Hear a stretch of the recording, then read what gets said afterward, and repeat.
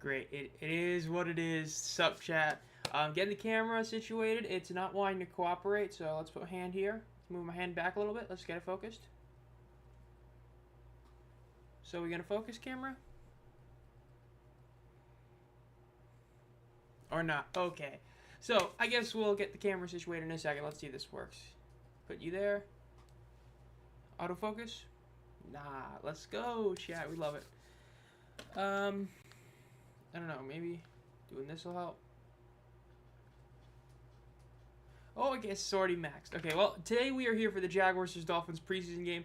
There's, I think, like 2 or 3 total UFL players in here. The main one, though, is Keni-H Lovely, who had the interception last week. He is going to be in this game, which is, of course, a big deal. Again, really annoyed that this is still not working. I don't know why my camera is being a bit difficult, and I don't know where I put my headphones, which I need for the game itself. So, there they are. We found them. We found them. Okay. Let me go post this that I am live right now. So, got that right there.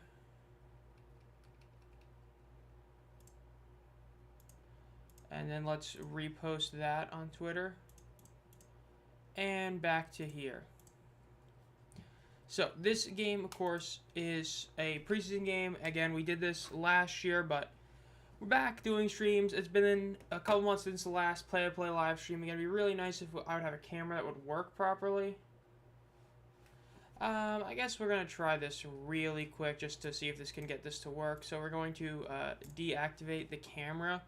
And then we're going to reactivate the camera. Oh, and that worked. Awesome. Okay. Well, we're all good. So, wait for a couple people to join in, obviously. The game's going to be starting in, like, 12-ish minutes on NFL Network. So, yeah.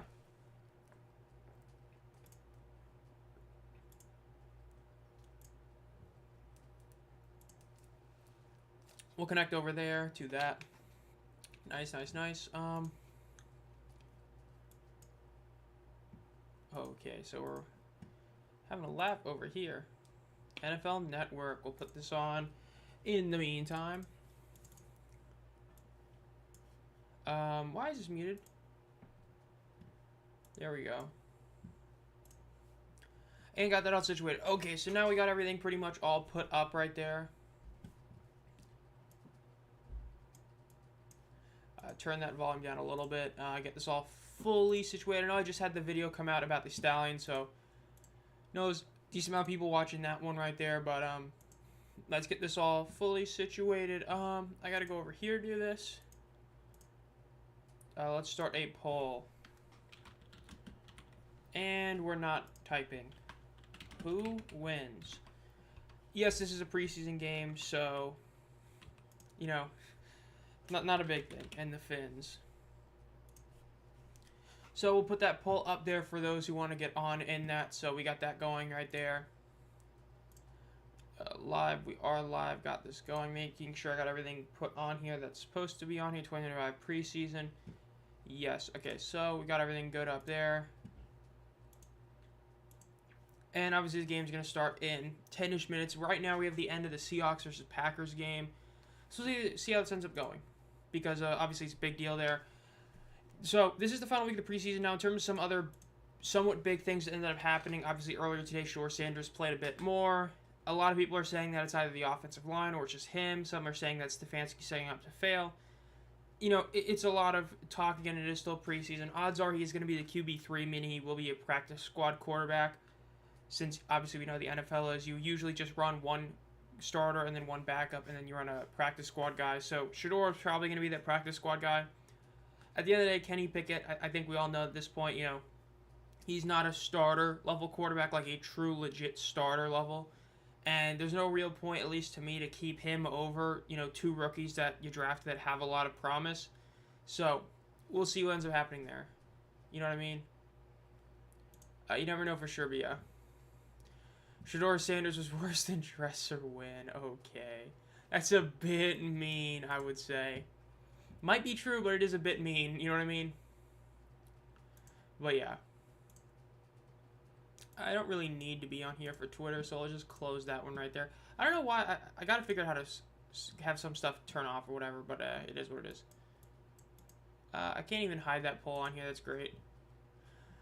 But yeah, this game, we'll see how this one ends up going. Jags, Dolphins. I haven't really watched that much preseason, honestly. I just, like, the FedEx Cup playoffs are going on. You know, there's been some big NASCAR races, just doing other things. So I haven't really watched a lot of preseason football. Not nearly as much as, like, last year.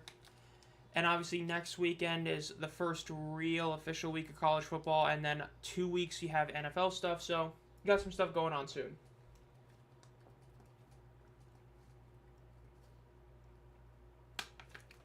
Three minutes left in this Packers-Seahawks game. The score is 20-7. Green Bay over Seattle, by the way. Yeah.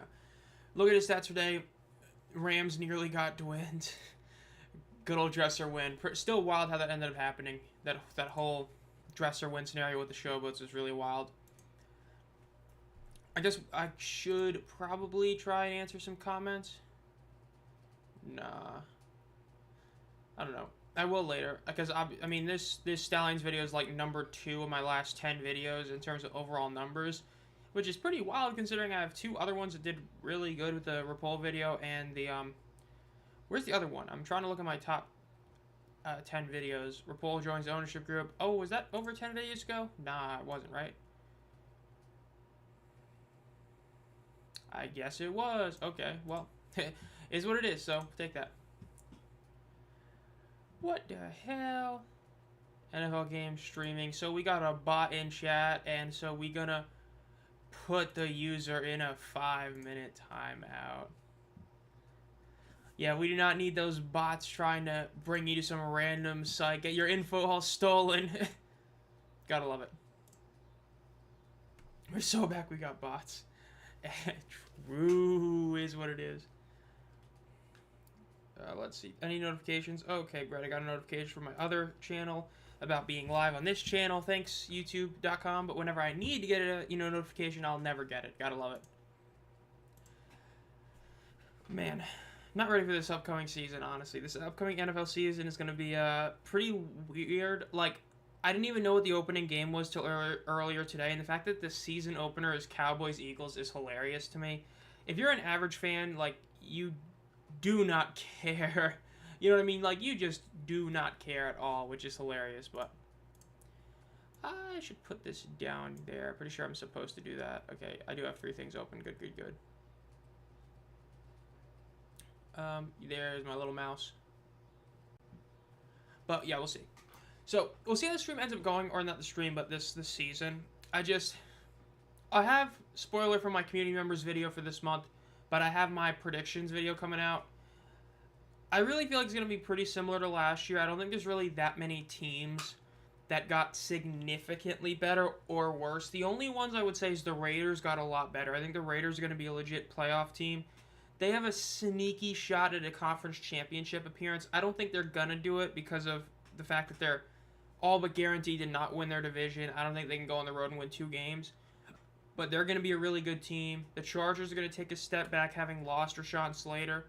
We'll see how, Amarian ends up doing, but I don't think they're going to be all that great due to the Rashawn Slater injury.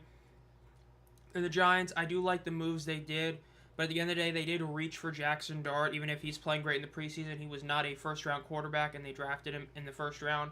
Abdul Carter's going to be solid, but the team is, this is still a rebuilding year for them. So I think they'll probably win like maybe 5-ish games and then miss the playoffs. Panthers are still rebuilding. They're not going to be a playoff team. Falcons and Buccaneers both could make the playoffs. The NFC West is literally anyone's game. Like, if Stafford isn't healthy for the season, any team could win that division. Because the 49ers don't have an incredible quarterback. They have an okay quarterback with Brock Purdy. Good, not great. And they have a bunch of injuries around him. Then, of course, the Seahawks. I don't really think Darnold is going to be that guy. I think that what we saw Darnold do last year was proof of how good the Vikings offense is, not how good Darnold was. When you have Addison, Hawkinson, and Jay Jettas with Kevin O'Connell as head coach, you really don't have to be that good a quarterback to put up good numbers. So I don't really think the Seahawks are going to be that good because their receiving core is just not as good as what the Vikings were last year. And now you're putting Darnold in that team, ain't going to work. Mike Parsons having no contract still is hilarious. Same with Trey Hendrickson. Hendrickson is the really egregious one. That's insane as well. I mean, Trey Hendrickson, like, wow. Because Micah Parsons is slightly overrated, I would say, because he's viewed as, like, the same guy as, like, a TJ Watt or a Myles Garrett. I wouldn't say that. I would say in the first half of the season he is, but historically, the second half of the season, he kind of, tapers off. That's why he hasn't won DPOI. I'd say Micah's almost in, like, his own tier of player below the real elite guys, but above the guys that aren't elite but are great. Because it's like, I can't call Micah elite like a Garrett or Watt when the second half of the season, like, as soon as, like, December hits, it's like, he's gone. It's like the Dolphins joke in cold weathers, right? The Dolphins can't win in cold weather games. It's like that with Micah Parsons, so we'll see, though. And then Daniel Jones starting. I still can't believe that. Like, man.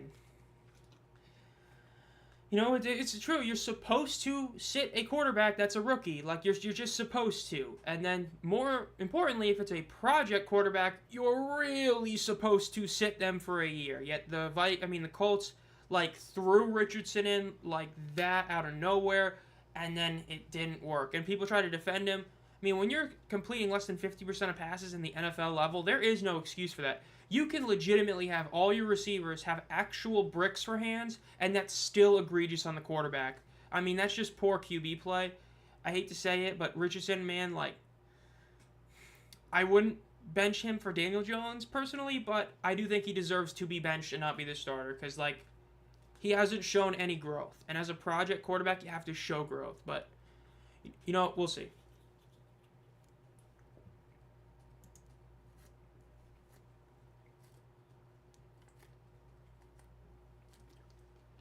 The quadruple header is insane. The Jags Dolphins. Pretty wild this is the game we're doing. Tonight at 10 o'clock, man. If you're an EST and you're staying up at 10 to watch the Raiders-Cardinals preseason game, woo. So let's see what happens. The Seahawks are driving, 2 minutes left. Ooh, fumbled snap, and it's going to be picked up by Green Bay. Just insane. They have not blown it dead, and he gets to the 45-yard line. That's insane. Wild.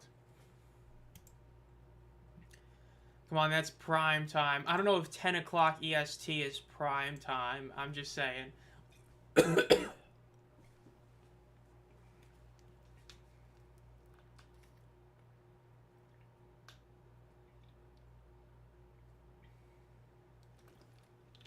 Ow. We'll see. Let's go to Twitter real quick. I don't think there's any sort of notification on there or anything. Sean Payton in New Orleans, bro. Ain't nobody care about that. I'm just still checking some stuff while we wait for this game to start.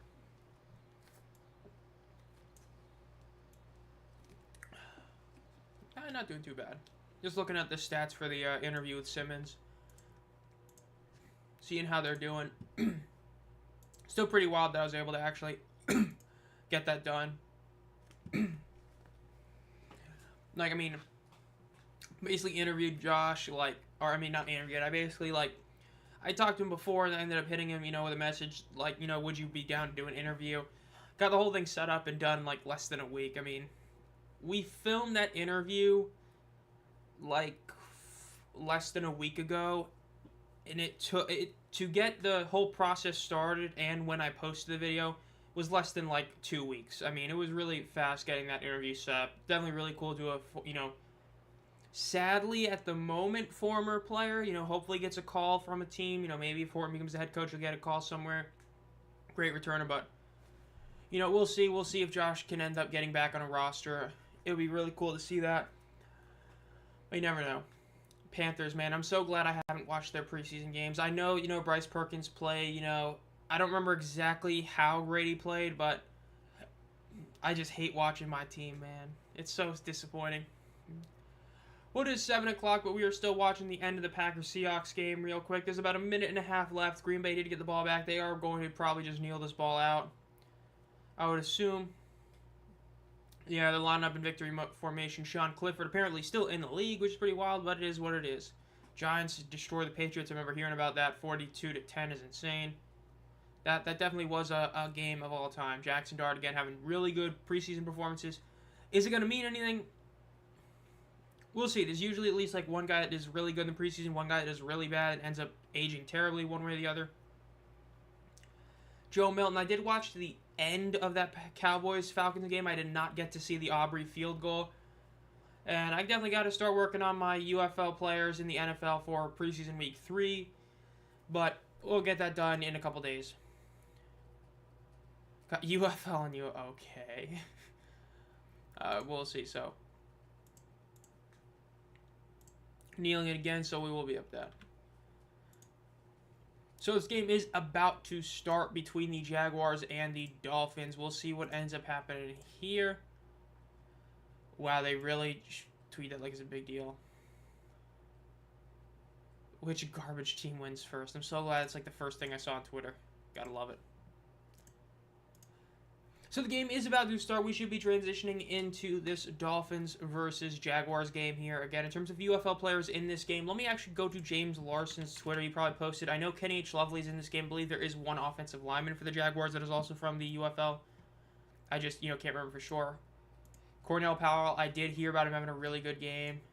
Andre Schmidt, I forgot about him, and he had a 37-yard winner. That's cool. Jacob Sale's having another really solid game. Scroll. There we go. Ooh, it's a lot. Oh, okay, so we got Mason Brooks and Cam Dantzler on the Dolphins. Those are from the Showboats and the Defenders. So we got those guys in this game. And as for the Jaguars, just Keni-H Lovely. Okay, so you got one Jag and then two Packers. Oh, and Ricky Lee. There he is. Ricky Lee as well. So we got a few different guys from the UFL represented in this game. Don't we got Quinn Ewers in this game? Do we? I don't even remember where he got drafted, but oh, I hope not, but you might be right. Yes, we do got Quinn Ewers on the Dolphins. Oh, no. It is what it is. Does it show the current Dolphins? I'm trying to find the current Dolphins roster. Okay, so we got Quinn Ewers, Zach Wilson. Oh, God. Oh, this is going to be a yikes. This is going to be a game of all time. Showing some Browns-Rams highlights. Good old Dylan Gabriel. We do got the poll going on, by the way, for those of you who want to poll who you think is going to win, the Jags or the Fins, obviously the Jacksonville Jaguars or the Miami Dolphins. So make sure you hit your vote on which one you want to see, or which team you want to see win this game. It's a preseason game. As the joke is, you never want to bet in preseason because it's, yikes. Devin Leary going 17-3 of 23 for the Ravens against the Commies in a 33 victory. That's pretty insane. And then Shedeur Sanders. Let's see. Roland is right, showing a highlight. Throws a pretty deep ball, and it's too deep. Yikes. Sam Hartman going 12 of 17. 2 interceptions. Hey, the Stallions, they still got his rights. If he could leave and go to the Stallions if he, gets cut by the Commies.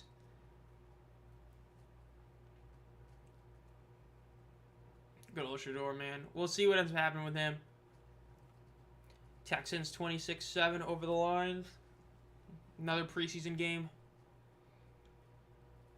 For those of you who have been in a lot of these streams before, I'm not just saying like this specific one, but streams overall, what is the whole thoughts on the quote-unquote top fans little chart thing where you have like the quote-unquote top fans of like the live stream?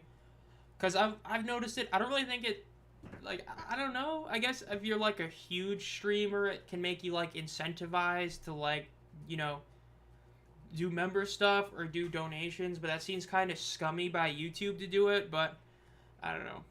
Hey, there's been like over 70 guys this season as well that got signed.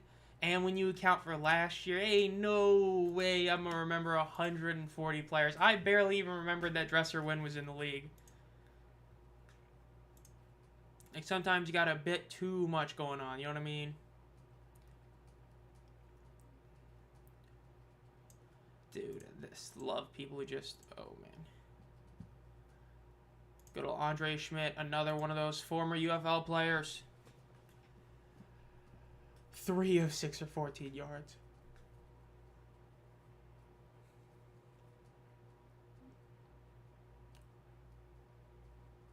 Placed by Tyler Huntley. Snoop Huntley, the former Pro Bowler. Tyler Huntley, the most egregious Pro Bowler of all time right there. Tyler Huntley. That's a yikes. Plan was to go with Snoop.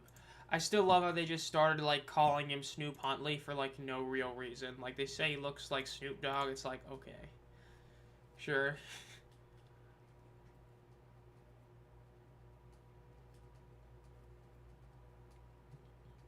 He only threw 6 times in 5 drives. That's insane.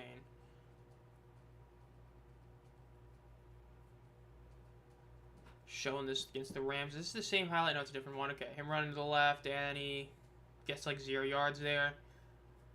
Show another, I guess, low light, we'll call it. Overthrow pass. Pans going to the Super Bowl in 49 years. Okay. Hey, we've been to at least 2 Super Bowls. I can take, I can be a bit happy that we've been to at least 2 Super Bowls. We didn't get a W in either of them. We did make it to a couple of them, which we do take. Dresser looked good, but came up short 17-9. Took the lead 17-6 with too much time left. Sheeter Sanders should be a DB. I didn't get to watch that game. I know from Note telling me about the whole Dresser win scenario that he actually played really well. And for my 5 players from, the preseason this week, is definitely going to be one of them. It's going to be him. I kind of don't want to do Sailors just because I've already done him twice, but I might do him again. Then Aubrey, obviously, a 64-yarder. I definitely got that feeling that we're going to see a couple of guys make the active roster. Now, in terms of being a starter, I don't think we're going to see that many, aside from, obviously, like, kickers. But it's got a feeling that we got a decent amount, like, this is the second year in a row where you've got, like, 70 players being signed from the UFL, like, specifically the UFL. What the hell? What the hell? There we go. I hope that you guys didn't get forced to hear that, but if you did, then we muted it. But, I don't know. I think it's going to be weird to see. I've got a feeling we're going to see a couple DBs make some rosters, a couple of linemen make some rosters. At the end of the day, when you're seeing so many guys get signed, the odds of at least like 1 or 2 of them making the roster are pretty good. And obviously last year, guys like Dondre Tillman, Jalen Redmond being really solid, not too shocking. Dolphins will kick off the ball to the Jaguars to start the game. It is going to be recovered at the 5, at the 10, the 15, 20, 25, and he gets tackled at about the 29-yard line. Excuse me, pardon me. So the Jags are going to start at about the 29-yard line. Let's see who they're going to be starting. Is Trevor Lawrence going to play a bit? Does not look like it. They're setting out the backup immediately. I know some teams don't play their starters whatsoever. I actually do believe you should play your starters somewhat. Especially because at the end of the day, like, as I've talked about before, if you start a season, whether it's UFL, NFL, like 0-3, it's really hard to make the playoffs. And if your starters aren't used to playing, again, in that real game action, you get a lot of sloppy play. You go 0-2, and you get kind of hurt like we saw with the Bengals last year. But we'll see. Ball is snapped. The Jags, get sacked immediately. Great pressure by the Dolphins. That's going to be about an 8.5, maybe a bit longer yard sack right there. First play, John Wolford goes down immediately. John Wolford, if that is John Wolford, that is another former Spring Football League player right there. Do you think the UFL could bring back the Breakers? I definitely think it's possible. I think at the end of the day, when you really look at New Orleans as a potential market, it's almost a slam dunk. You've got a pretty big overall TV market, but mainly the fact that your TV rating for New Orleans has been so good year in and year out across the UFL and USFL. It just feels like a slam dunk. They should do it in the future, but we'll have to wait and see about that. 2nd and 19 for the Jaguars. They are at the 21-yard line. Is this going to be a false start or offsides? Let's see. Looks like they're signaling false start. Going to be 2nd and 24. My goodness. What a terrible beginning for the Jaguars. That's insane. 2nd and 24 right there for the Jaguars. Now watch them let this go. You know what I mean? Watch them just allow first down here. That'd be hilarious. We will turn this pull off in a little bit, but yeah. Shador. Yeah, the good old spell check. We do love that. The ESPN side shows the play like 30 seconds ahead. There must be a new app format. Maybe, because I mean, yeah, I just know that I got the ESPN graphic pulled up on the side. Ball is snapped. They drop back to throw. It's a little dump off screen. They get to the 20. Breaks a couple tackles, but he hits his own man and falls down at about the 27-yard line. Still a good gain, but again, you are at 2nd and 24. So it's not doing too much for you. Still a good play, but could have been more if he didn't hit his own man, but is what it is.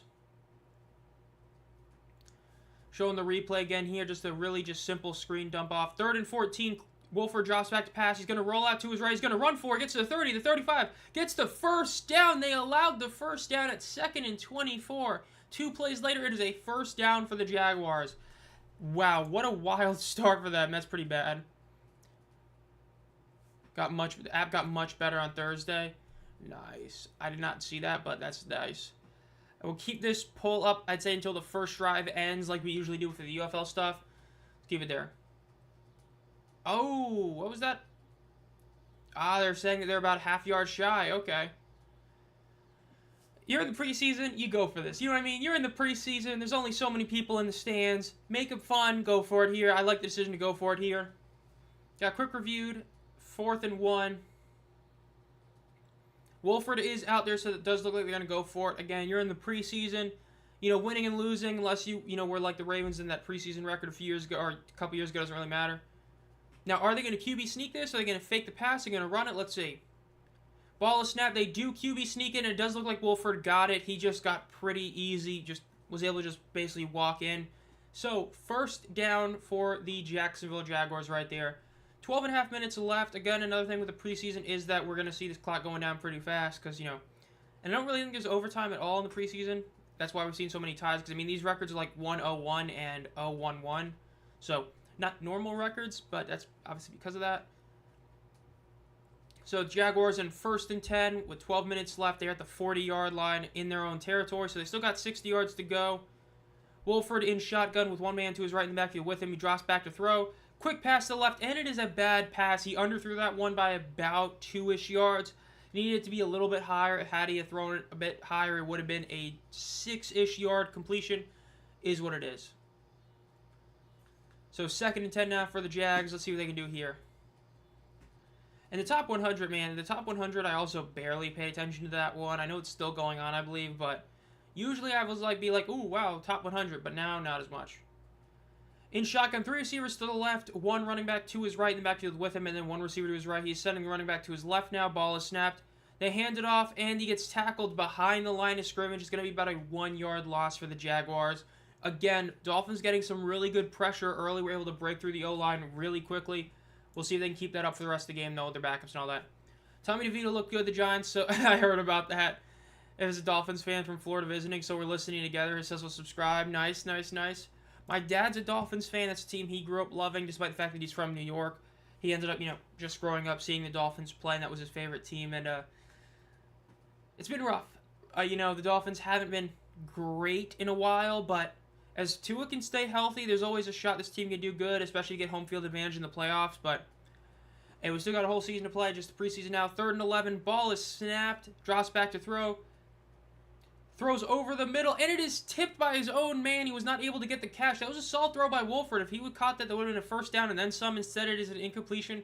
Going to punt the ball. So let's end this poll here with most people saying the Fins are going to get the W here. And let's pull this back up right there. Rough right there. That's a rough one.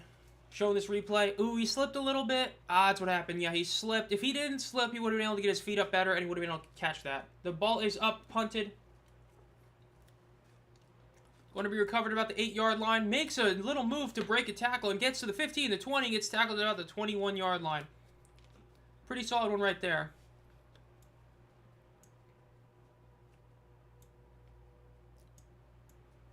There we go.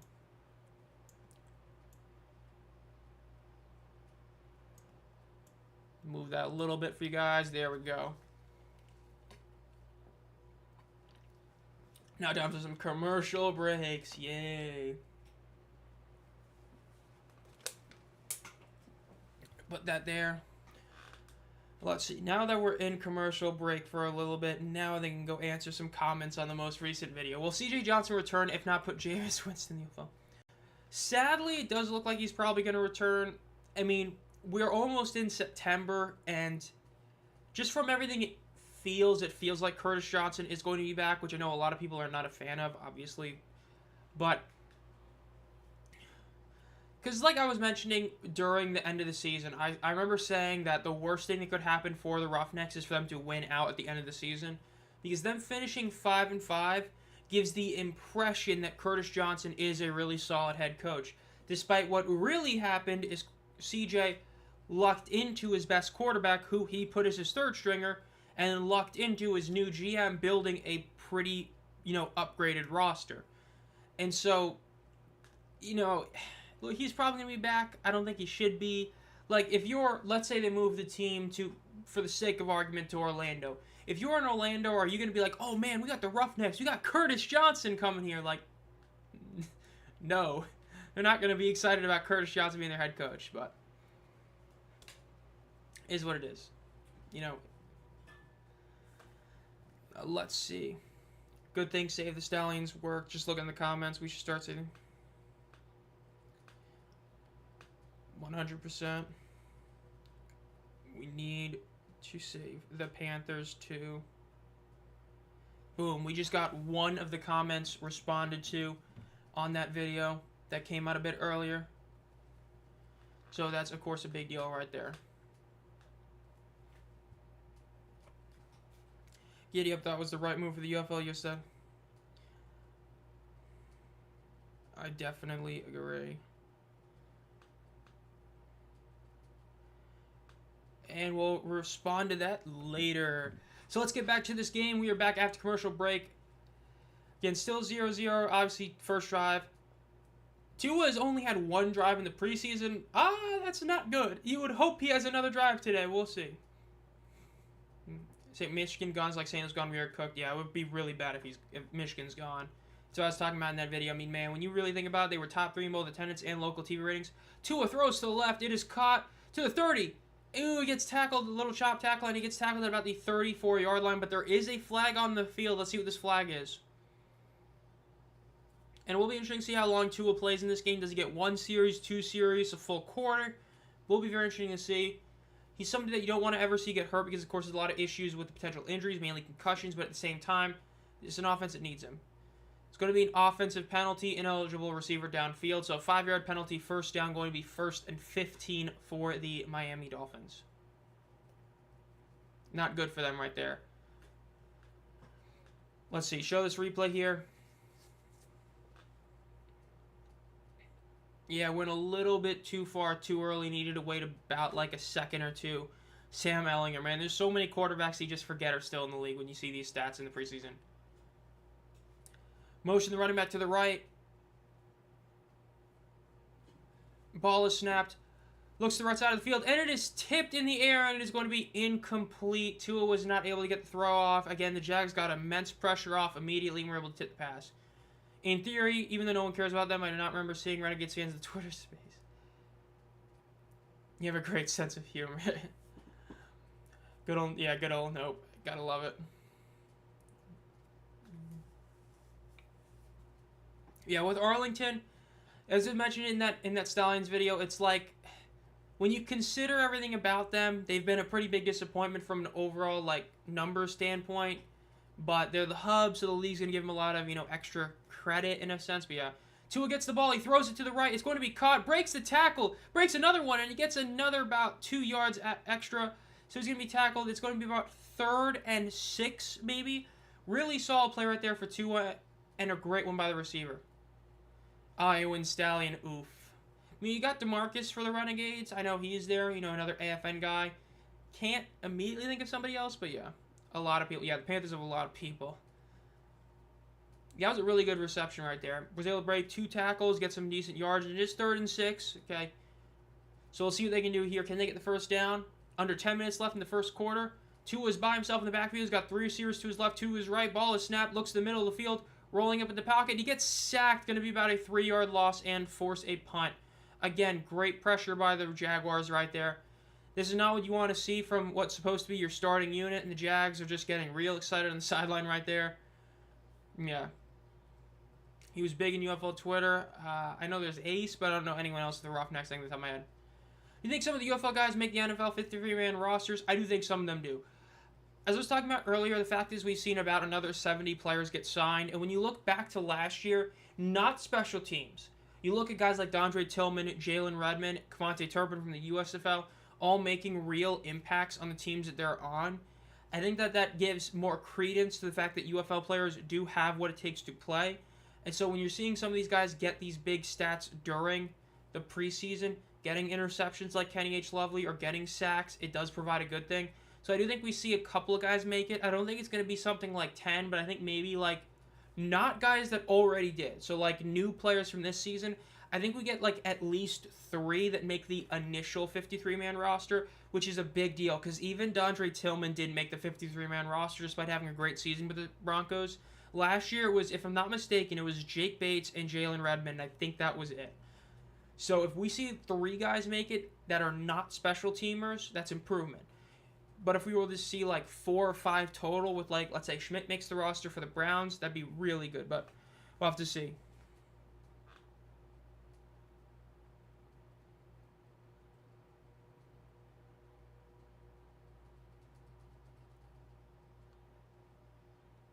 Hopefully the breakers get...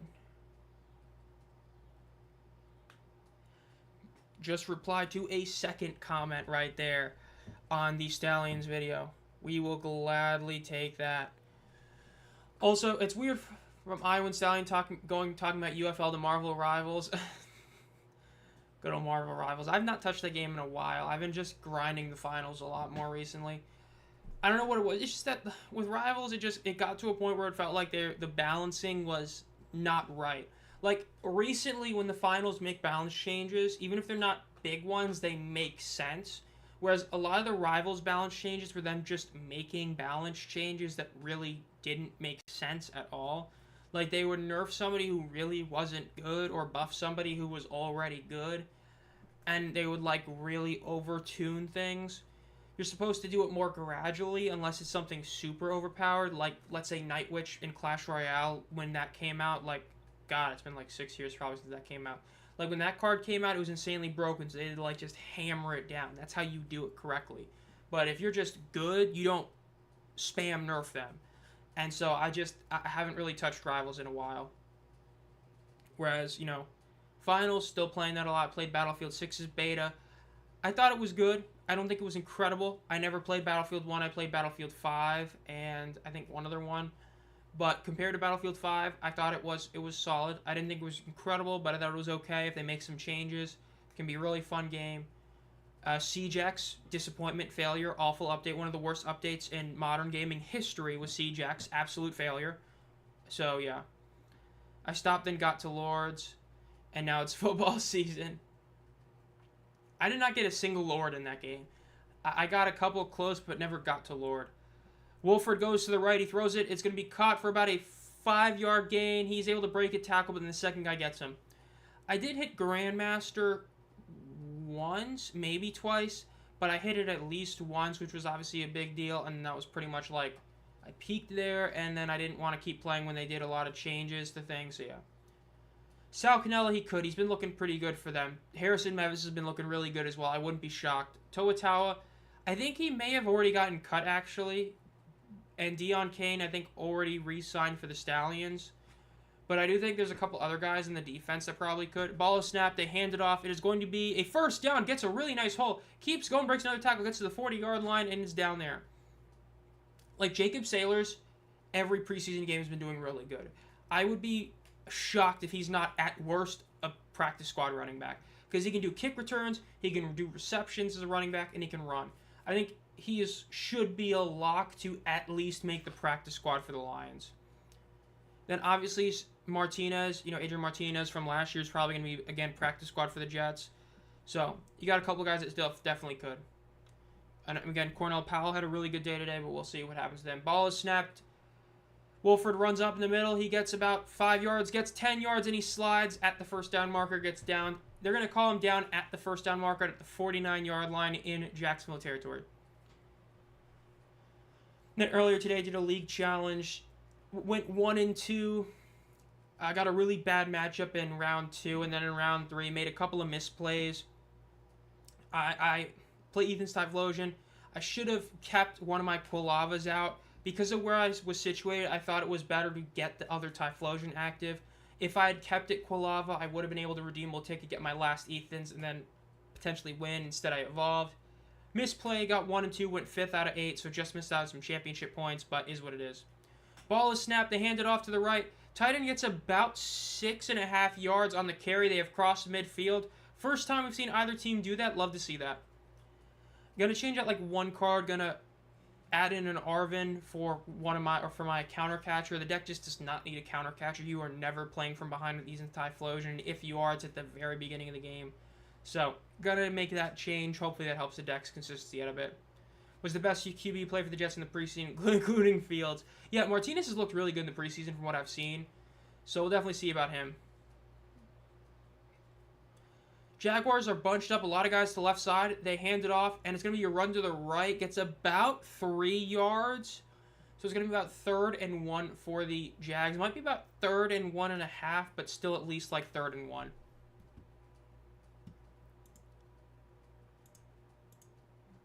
Let me refresh this. If you're enjoying this, make sure to like the stream if you're enjoying this one. First stream we've done in a game stream since the championship. Gotta love it. 3rd and 1 for the Jaguars. They got to get 1 yard. Wow, they gave him a pretty good spot there. Running back to the left. Oh, it's an awful snap. It's thrown way above Wolford's head. He gets down. It's going to be a loss of over 20 yards, it looks like. That was just an awful snap. Like, you've seen bad snaps. He threw it way over his head. Let's see this replay here. My goodness. It was not even close. Wolford couldn't even have touched that if he jumped and had his hand straight up. I mean, man, I don't even know if Shaquille O'Neal would have gotten that one. That was an awful snap right there. Forces the punt, so a terrible play by the Jacksonville Jaguars center right there. That's the kind of play that can get you cut right there. That's a bad play. I would not be surprised if you just had a gaming setup. Hey, I got, in terms of a true gaming setup, not really. Not really. Yeah. I mean, this is just my PC that's not great. It's good. And then this monitor, I play most games, pretty much every game I play is on Xbox, which, if you see that setup, man, it's pretty wild that I've gotten high ranks in certain games with that setup, but yeah. Do have TCGL on here, though, so I can play that. Yes, Wolford was in the AF on the Hot Shots, if I'm not mistaken. I believe he was on the Arizona Hot Shots. And then I believe he might have a ring. I know Perkins got a ring with the Rams. I think Wolford got one with the Rams as well.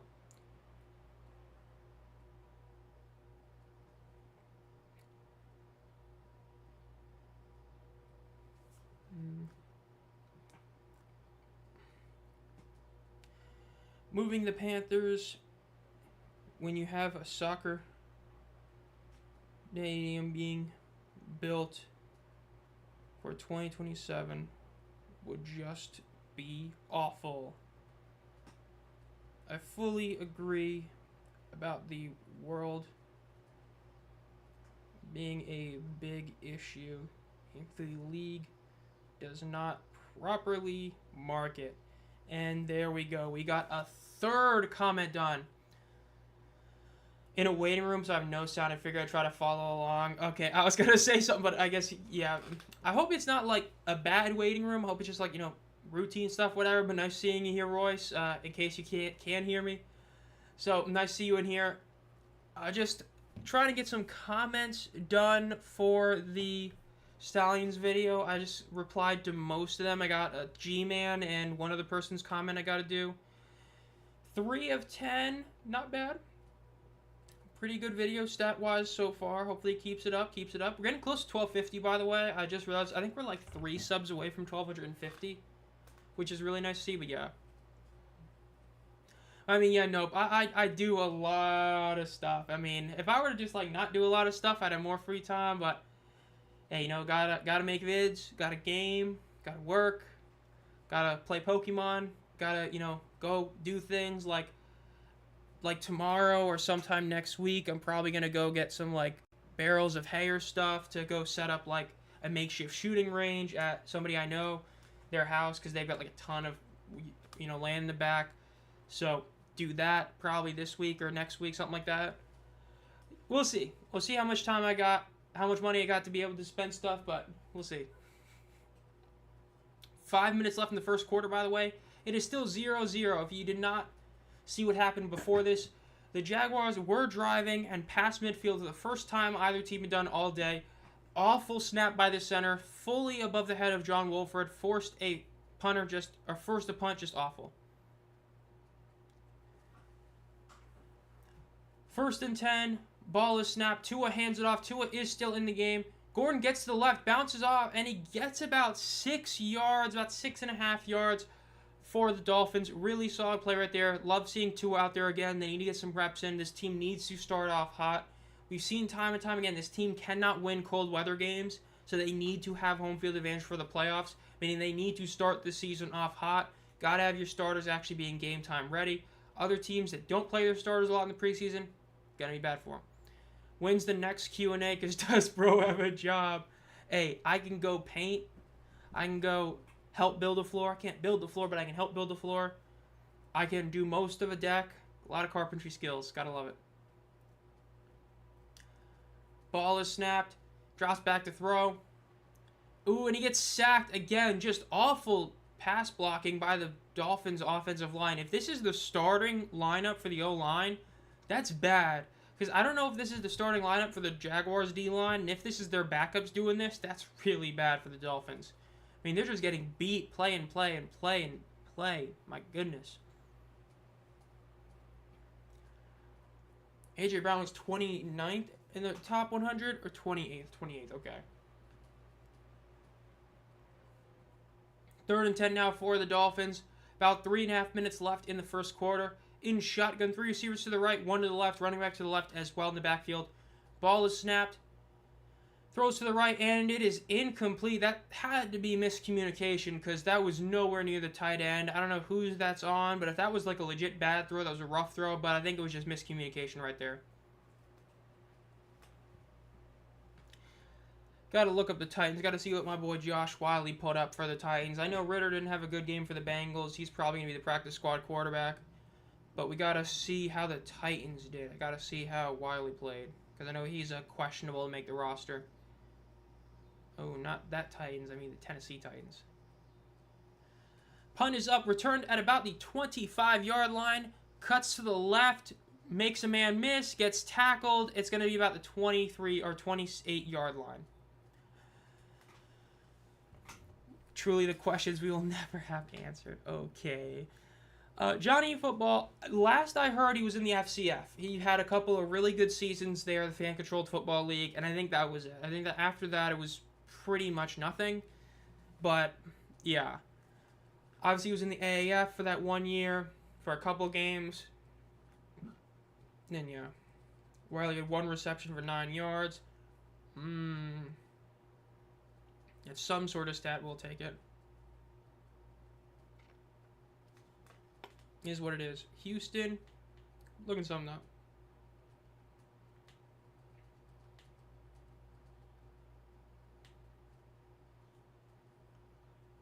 I did not mean to put up that. I wanted to go to Wikipedia. And I accidentally, when you want to go to Wikipedia, you get stuck going to non-Wikipedia. I hate to see it.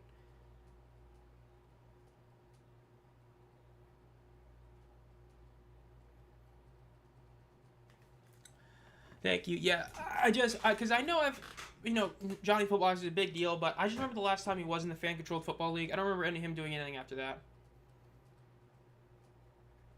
Dead End University, my goodness. Some of this stuff is just wild. George Kittle. Showing some golf stuff, my goodness. Let's see. Yeah, I don't want to grab that. I'll grab it if somebody wants to see it, but whatever. This man did it backwards. Usually face reveal is the last thing YouTuber does. It's the age, height, name, and career. I don't know about that. I don't know if I've seen that before. I don't know if I've seen people be like, oh, I do this. I'm this old. I'm this tall.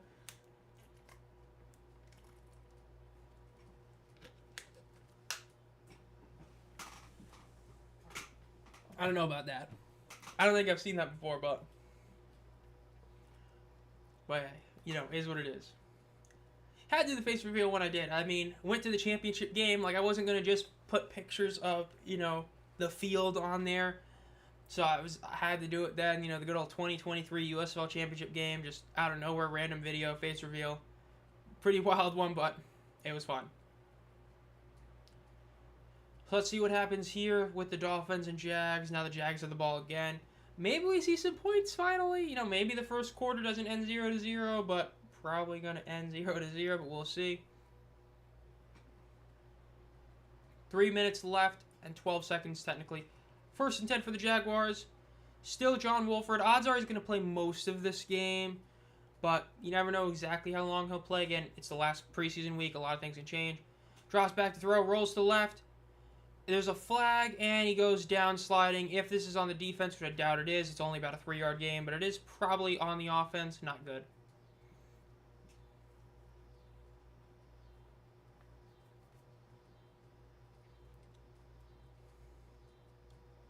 Cut down day on the Tuesday. Yeah, that's probably... I completely forgot that that's probably the next video I gotta have. That's not like, you know, players in the NFL. Because I forgot what it is. I do have a video scheduled for this upcoming week. I think it's top 5 disappointments of the 2025 UFL season. Probably going to push that one back to next week because I forgot about cut down day. So I can probably do a video talking about who made the active roster. So we'll have that video. That'll probably come out this Friday, I would imagine. Because like top 5 players of the preseason will probably, or 5 good players this week would probably come out on Monday. But we'll see. 1st and 20 for the Jaguars. 2 receivers on both sides of the ball. Ooh, where's the third one? Third one's on the left side as well. Quick pass to the right. It's like a makeshift screen. Breaks a tackle and gets about 10 yards. A little bit past 10 yards. Pretty solid right there.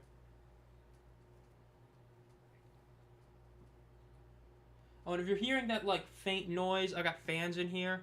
It is still summer in NC. It's not like summer, but it still is hot. And especially with the jersey on.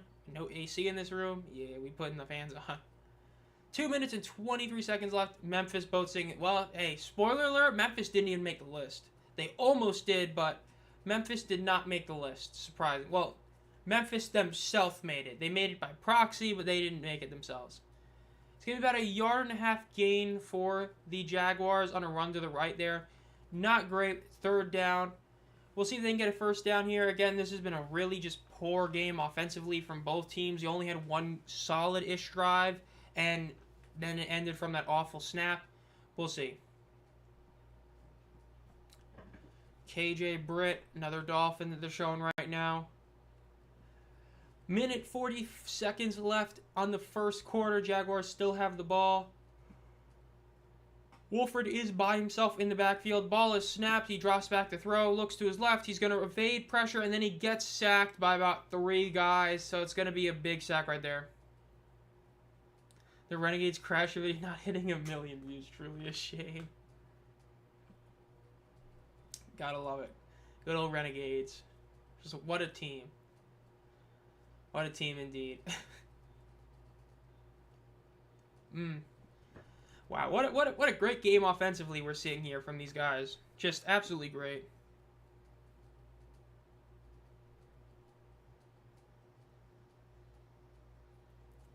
Shell Stadium.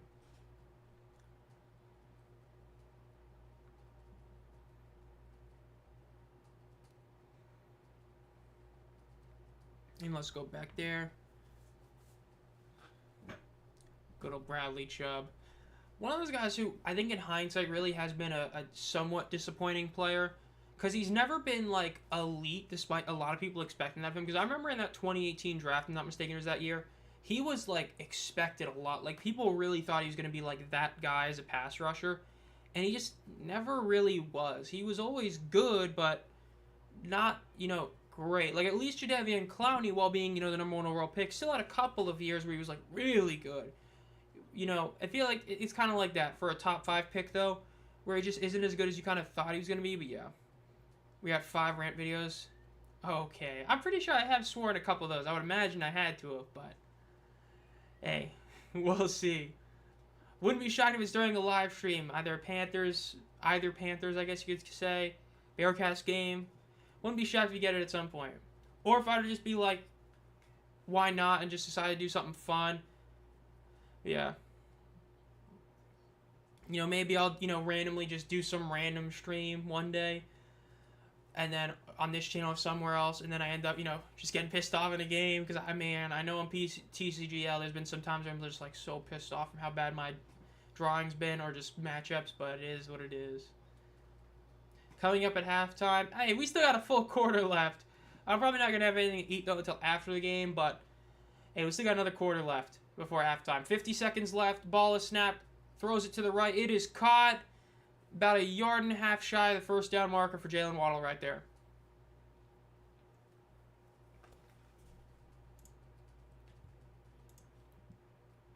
Let's go over here real quick. Ooh, I just clicked the wrong button again.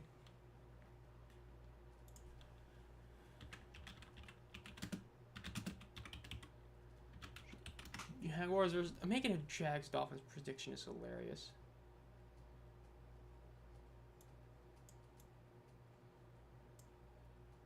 Good old NFL live streams. It's going to be a first down for the Miami Dolphins right there. Nice little run by Ollie Gordon. Looking pretty solid so far, Gordon. I mean, the rest of the offenses across both teams hasn't been looking all that great, but he's been looking at least somewhat good, so that's pretty good for them.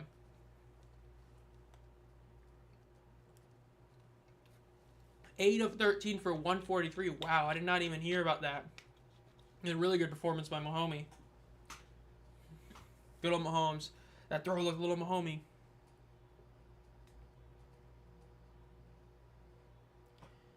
I know Houston does have Shell.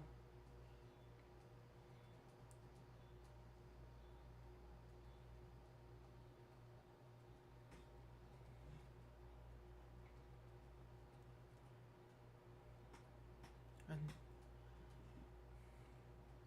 hopefully there are no delays in the Michigan Stadium or Detroit soccer stadium field. Detroit field is done by 2027. We have almost caught up on comments from the new video. Love to see it. Oh, and we got another one. Oof. That's some predictions. The dedication to stay calm watching NFL teams suck than watching a UFO team choke like the Bills in 2021. Hey, the Panthers, it's like, it's hard to be upset about a team. I'm talking about the Carolina Panthers.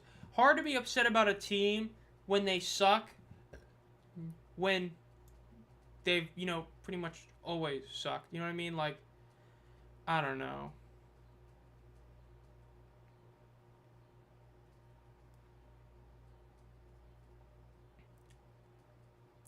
Michael Lathrop saying a new United States-based professional spring football league is expected to announce in a week or so. I don't know about that.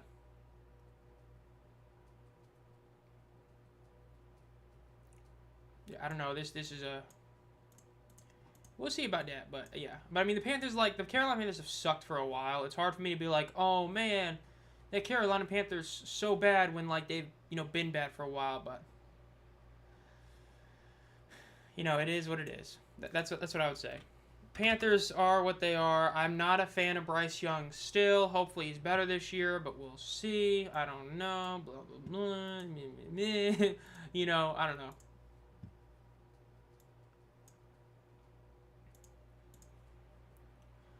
Ollie Gordon II. Time to get another merger in a year. I don't know. I mean, hey, the LFA was supposed to play like this year, and then the league predictably folded, or the IFA, whatever it was. I knew that league was doomed. I'm not shocked it folded. Gordon gets another nice run, about a 4.5, maybe 5-yard run. Again, he's looking solid in this game. If you're a Dolphins fan, you got to love what you're seeing from Ollie Gordon in this game, especially considering how bad the O-line has looked on pass blocking and how Tua just hasn't been able to do a lot. And you're seeing your running back play really well so far. Love to see that. If you're getting like 5 yards of carry out of your running back, you're getting a really, really good running back right there. Definitely love to see that. Skylar Thompson, my goodness. Some of these guys are still wild to see. 2nd and 6 past midfield. Again, it's like the second time the entire day we've seen a team get past midfield. Tua rolls out to his left, throws a deep pass, and it's a bad pass. He overthrew his man right there. Not a good one right there. Wore my Panther sweatshirt because it was cold out. I got some negative comments on the street, lol. Good old Panthers. Man, the Carolina Panthers. I hate watching this team. It's so bad. I hate how we drafted Ted McMillan instead of Jalen Warren. We needed a tight end. We didn't need another goddamn receiver, but it is what it is. Like, we just drafted Xavier Legette last year. You already basically given up on him Because Adam Thielen, until he, stops playing well, he's playing well. 3 receivers to the right, 2 to the left for Tua in shotgun. Ball is snapped, looks to the right, throws to the right, and it is almost intercepted. Again, another bad throw by Tua. I mean, so far today, Ole Gordon is the only guy in offense looking good for the Dolphins. The rest of this offense is just not looking good. I mean, that was a bad throw. He threw that into double coverage. 2 guys could have easily gotten that intercepted. They were 1 step faster. Almost impossible for his guy to catch it. Just a bad throw there. And the throw previous where he overthrew his man, I mean, it ain't looking too good for Tua. Ole Gordon, though, he's looking pretty good. 4th and 6, they're going to go for it. They are. I like this call. Again, we're in the preseason. Do some funny shenanigans. You're in no man's land unless you really believe your kicker's going to make this like a 70-yard field goal. So 2 receivers on both sides. Ball is snapped. Tua drops back to throw. Throws it. And it is a complete pass or a first down. The best throw Tua has thrown all day right there. Solid throw. Just got it to his receiver who was past the line or past the first down marker. Good play for the Dolphins.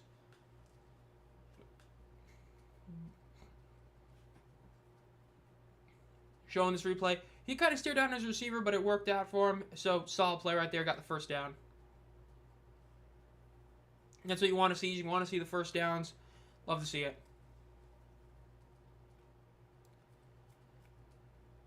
The snooze fest. Hey, we might get some scoring here. Maybe. Motioning receiver from the right to the left. Cuts back to the right. Ball is snapped. Handed off to Gordon again. And he gets a first down. Great run by Gordon. He just found a hole. It just kept going straight. Got the first down. Again, he is looking really good in this game. If you have him in fantasy... Hold up. Hold up. Hopefully no one has him in fantasy. League office. Members. Oh no, I'm clicking the wrong thing. Add player.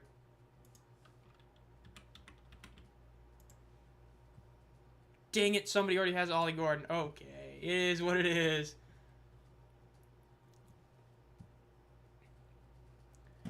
Well, it is what it is. I was going to go and try and pick him up, but somebody already had him.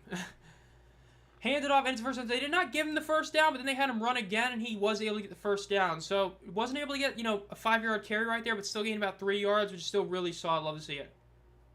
I'm just adding that I live in Ram territory. Hey, if you're a Ram fan, man, you should be like, oh, man, I'm sorry you're a Panthers fan. It shouldn't be like, saying negative stuff. It should be like, man, I hope your team is better, because your team's been really bad the last few years. Basically, ever since Cam hurt his shoulder. Team's never been the same. I guess you could also say when Kyle Allen stopped playing well that one year, but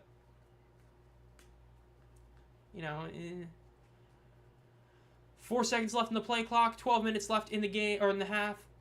Ball snapped, fakes the handoff. Tua has one man directly in front of him. He gets the throw off before. Really solid throw right there. Makes a nice move. Gets the first down. Gets to the 10. Gets to the 5. It's a touchdown for the Dolphins. It is 6-0 Miami over Jacksonville. Washington made a beautiful move. Made a nice little stutter step. Made the cornerback go the wrong way. Was able to get the first down and then get the touchdown.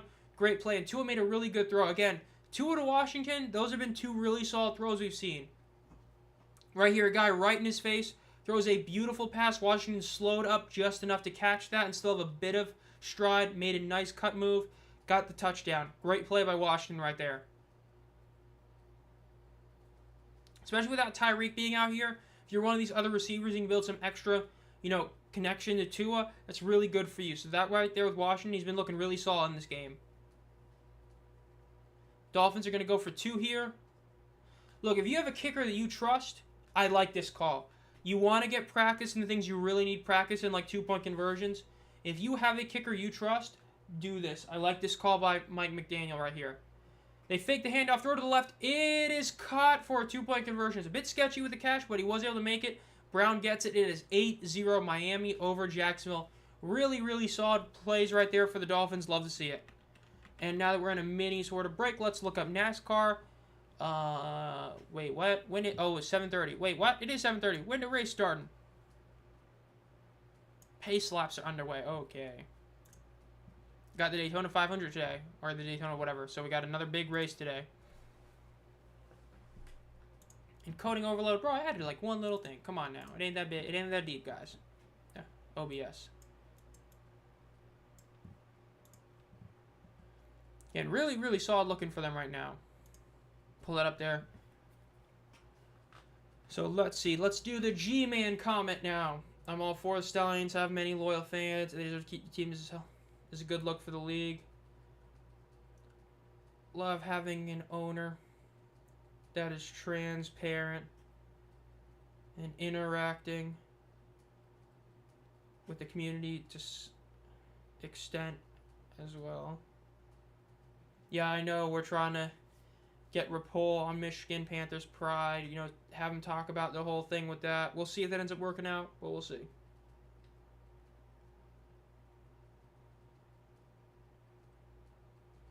Michigan was fun to root for, okay. Gotta love it. I really do wonder what's going to happen in Michigan. I mean, I've talked about it before. Michigan, they need to stay. Not just saying this from a Michigan Panthers fan, but the fact is, like, when you look at the numbers, even, like, the more in-depth numbers, it's really hard to justify moving the Michigan Panthers, yet keeping the Renegades and even the Brahmas to an extent. The math ain't mathin'.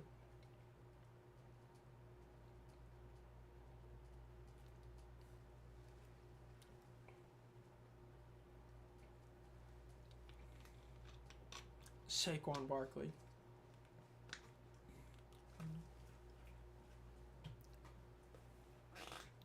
What is this ad? I've seen this ad before. It's so wild. Man, good old Saquon. Okay, let's go on Twitter. Everybody's favorite site of all time. Still like it better than Facebook. I've not enjoyed my time on Facebook too much. I think it's okay, but I don't know.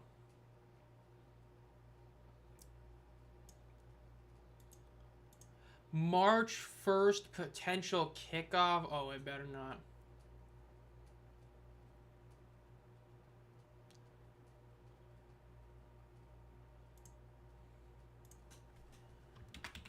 We better not get...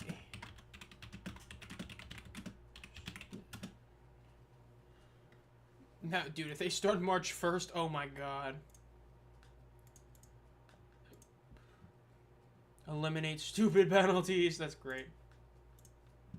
Really good drive right there at the end. Again, Ole Gordon's looking really good. Washington's looking really good. Tua was looking bad, but then was looking good. The O-line still doesn't look all that great. Return up to the 15, the 20, gets to the 25, the 30, the 35. Ooh, he falls down just shy of the 40. Looking like a potential, house call, but he did go down about the 39-yard line. Still a really solid overall return for the Jaguars. Going to get in really good field position. We'll see if they can actually make something out of it. They're just short of talent year to year. They had a good GM in 2001.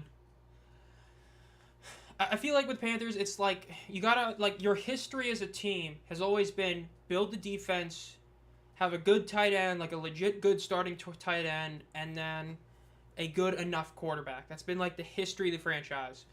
And it's like they're trying to do something completely different. They need to have a good tight end. I really wanted them to draft Tyler Warren, but yeah. They hand it off. They get about 5 yards for the Jaguars right there. Pretty good run right there.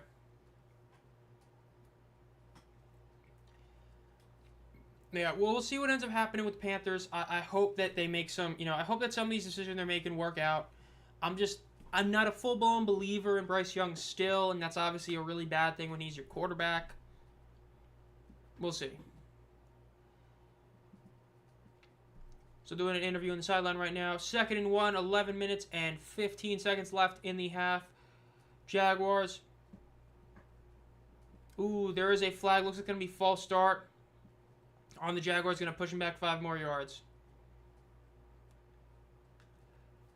Yikes. Again, really just sloppy play from the Jaguars offense. This is another penalty against them here. This is just, it's not looking good for them.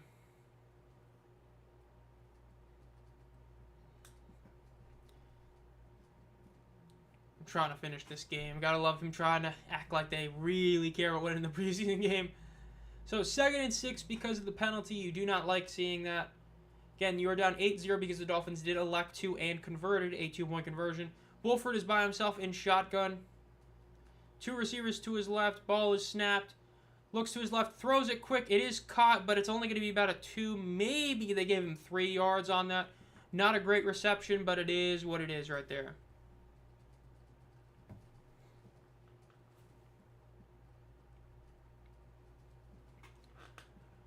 Cam Smith, high draft pick. You could have fooled me with that one. I've never heard of him. But it is what it is. Oh, that's not Wolford. My bad. They did put in Hennigan at quarterback, so they got a new QB in. I would assume this is a rookie. Never heard of him. Again, I do not watch every single round of the draft. I watch the first day and sometimes day 2. So never heard of this guy. But we'll see what he does here for the Jaguars. Going to be about 10 minutes left once this ball is snapped. 2 receivers to the right, 2 to the left, running back to the left as well. And let's see, 3rd and 4, ball is snapped. Passes it to the right. It is caught for a first down, goes out of bounds. Needs maybe half a yard extra, but it is a first down overall. Solid play for the Jaguars right there.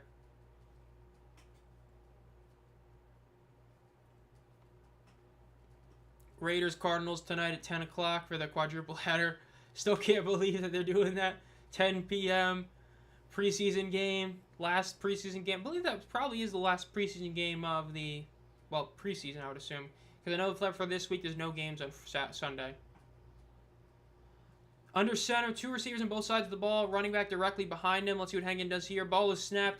Hands it off. It is going to be run up the middle. Gets the first down and then a couple of yards. Really solid run right up the middle. Really good play right there. Harris just with a really nice play. Gotta love that. About 12-yard gain on the play. Solid one right there. See if they can keep this up because this is looking pretty good for them so far. But we'll see. Go over here. There we go. Maybe we get back-to-back scoring drives. Who knows? Under 9 minutes left now in the quarter. 1st and 10 for the Jaguars. They are past midfield again, so nice play or nice overall play for them.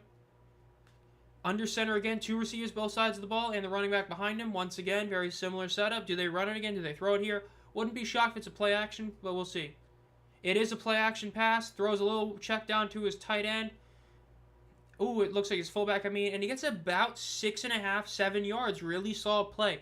The offense is looking pretty good the last couple plays. Aside from the penalty earlier in the drive, this is looking really solid with Hennigan out there. The linebacker battle. Looking at some of these guys that were injured. You know, well, Grayson Murphy was injured. And, yeah. Fighting for a roster spot. Oof, if you got all 5 of these guys fighting a roster spot, man, sucks to be 4 of them. But, hey, you never know. The Broncos, 28-19, win over the Saints. 3 receivers to the right, 2 receivers to the left. They are in shotgun this time. Running back is to the left. Just motion 2 receivers from the right to the left, and it's a false start, and that's a really egregious false start right there. He just straight up started walking backwards just out of nowhere. That's a bad penalty to take right there. But at the same token, they did kind of wait a while. They were pretty low in the play clock. So, yeah. Yep, about to say they would have gotten a delay of game penalty. So, really, really poor right there for the offense. Just as soon as I was giving them praise, they just do that. It's pretty bad. And he's calling a timeout. I guess he was trying to do something, but calls timeout anyway. So, going to be down to 2 timeouts. Little commercial. Going to try and get all the comments checked up in this video, or in video. But understanding why they may leave Memphis on the roof for an underdog without new management that could the season.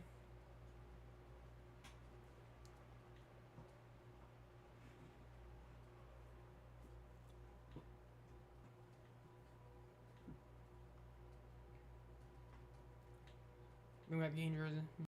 Ooh.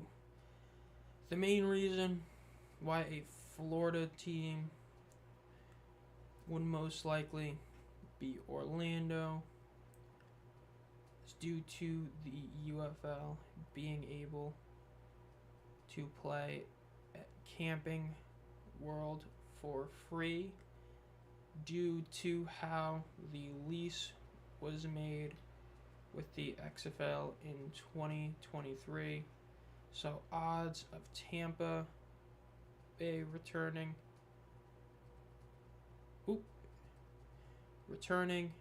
next season are probably less than 10%.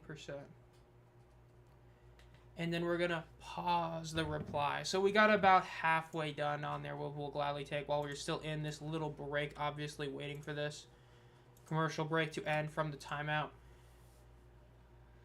Let's click on this. Ooh.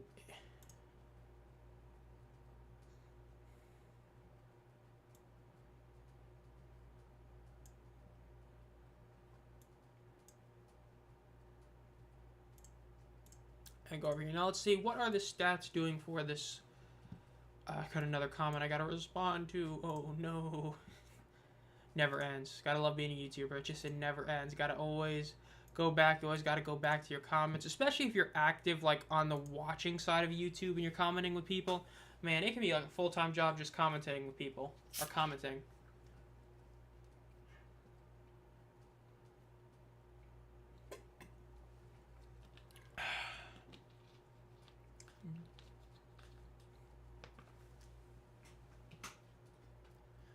So we're back here. We'll see what ends up happening with the Jags in this drive. Again, they've had 2 bad penalties. Aside from the 2 bad penalties, this drive has looked really good with Hennigan at quarterback. Really solid rushes, a really good play-action play, and a couple of other good passes.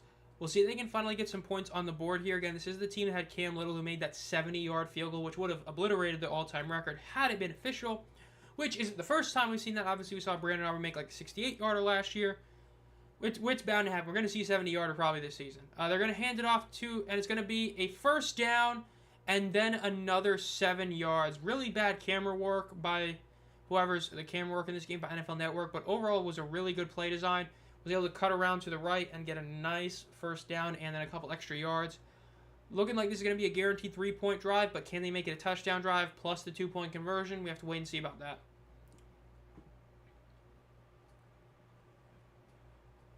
Seven minutes and 12 seconds left in the half. They are now at the 25-yard line. Under center. Motions made from the left to the right. They hand it off, and it is going to be stopped at the line of scrimmage. They may even technically lose about half a yard. Overall, though, okay. Easton Stick still around somehow. Some of these guys I just can't believe are still around. Like N. Nash. Okay, we're just making up names now. But we'll see. 6 minutes and 40 seconds left in the half now. Still at 25. They do technically lose like half a yard, but it's basically nothing. So, you know, technically a loss, but not really a big deal for the Jaguars right there. 2nd and 11, though, officially. We'll see if they can pull something off here.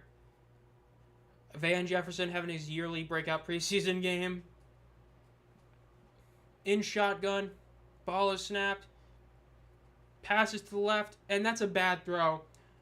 First real bad throw right there by Hennigan. Could have been a nice, solid 4.5, 5-yard gain. Instead, he just wildly threw it to the left. That was definitely an errant pass. So, rough pass right there, but it is what it is.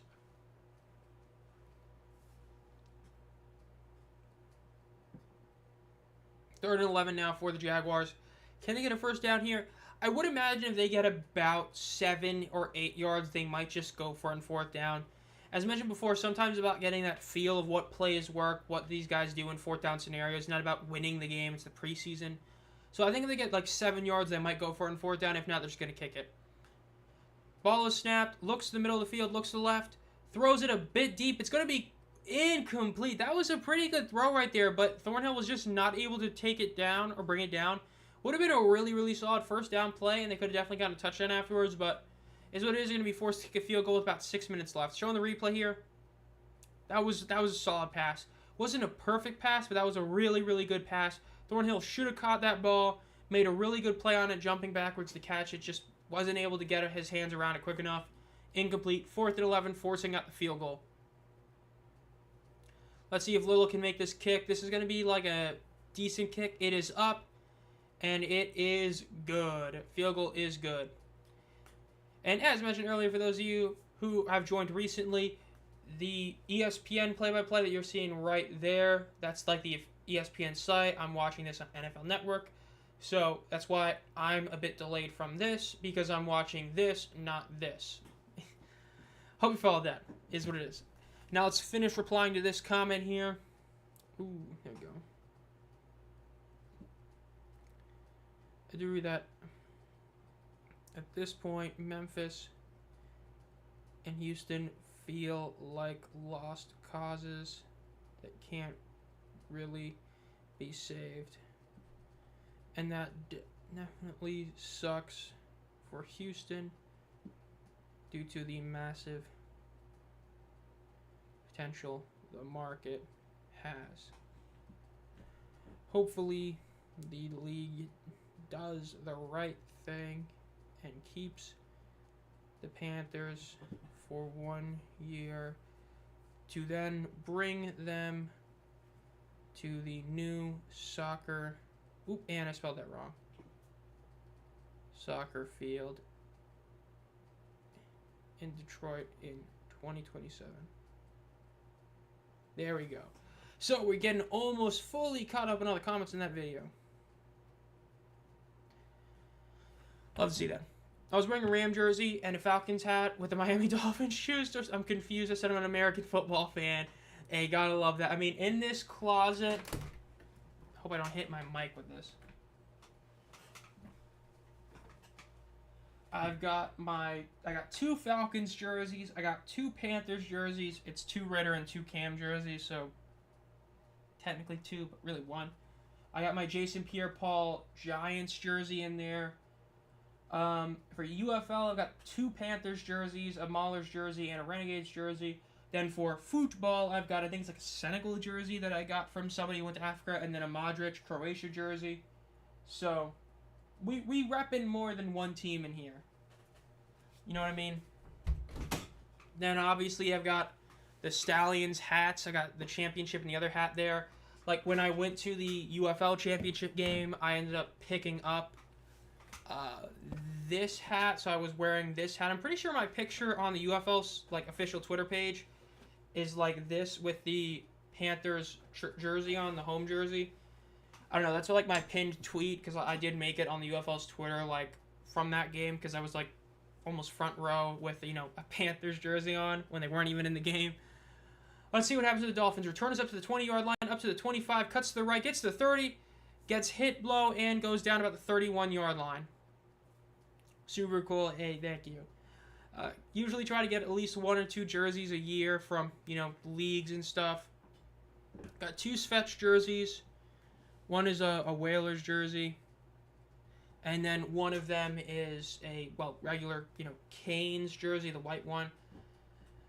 So we got 3 players that I have 2 jerseys for, 1 team, and the Panthers that I have 2 jerseys for, and then everybody else is usually just 1. Like, I've only got, like, 1 Luka jersey, like, Doncic, not Modric. Well, I also got only 1 Modric jersey, but it is what it is.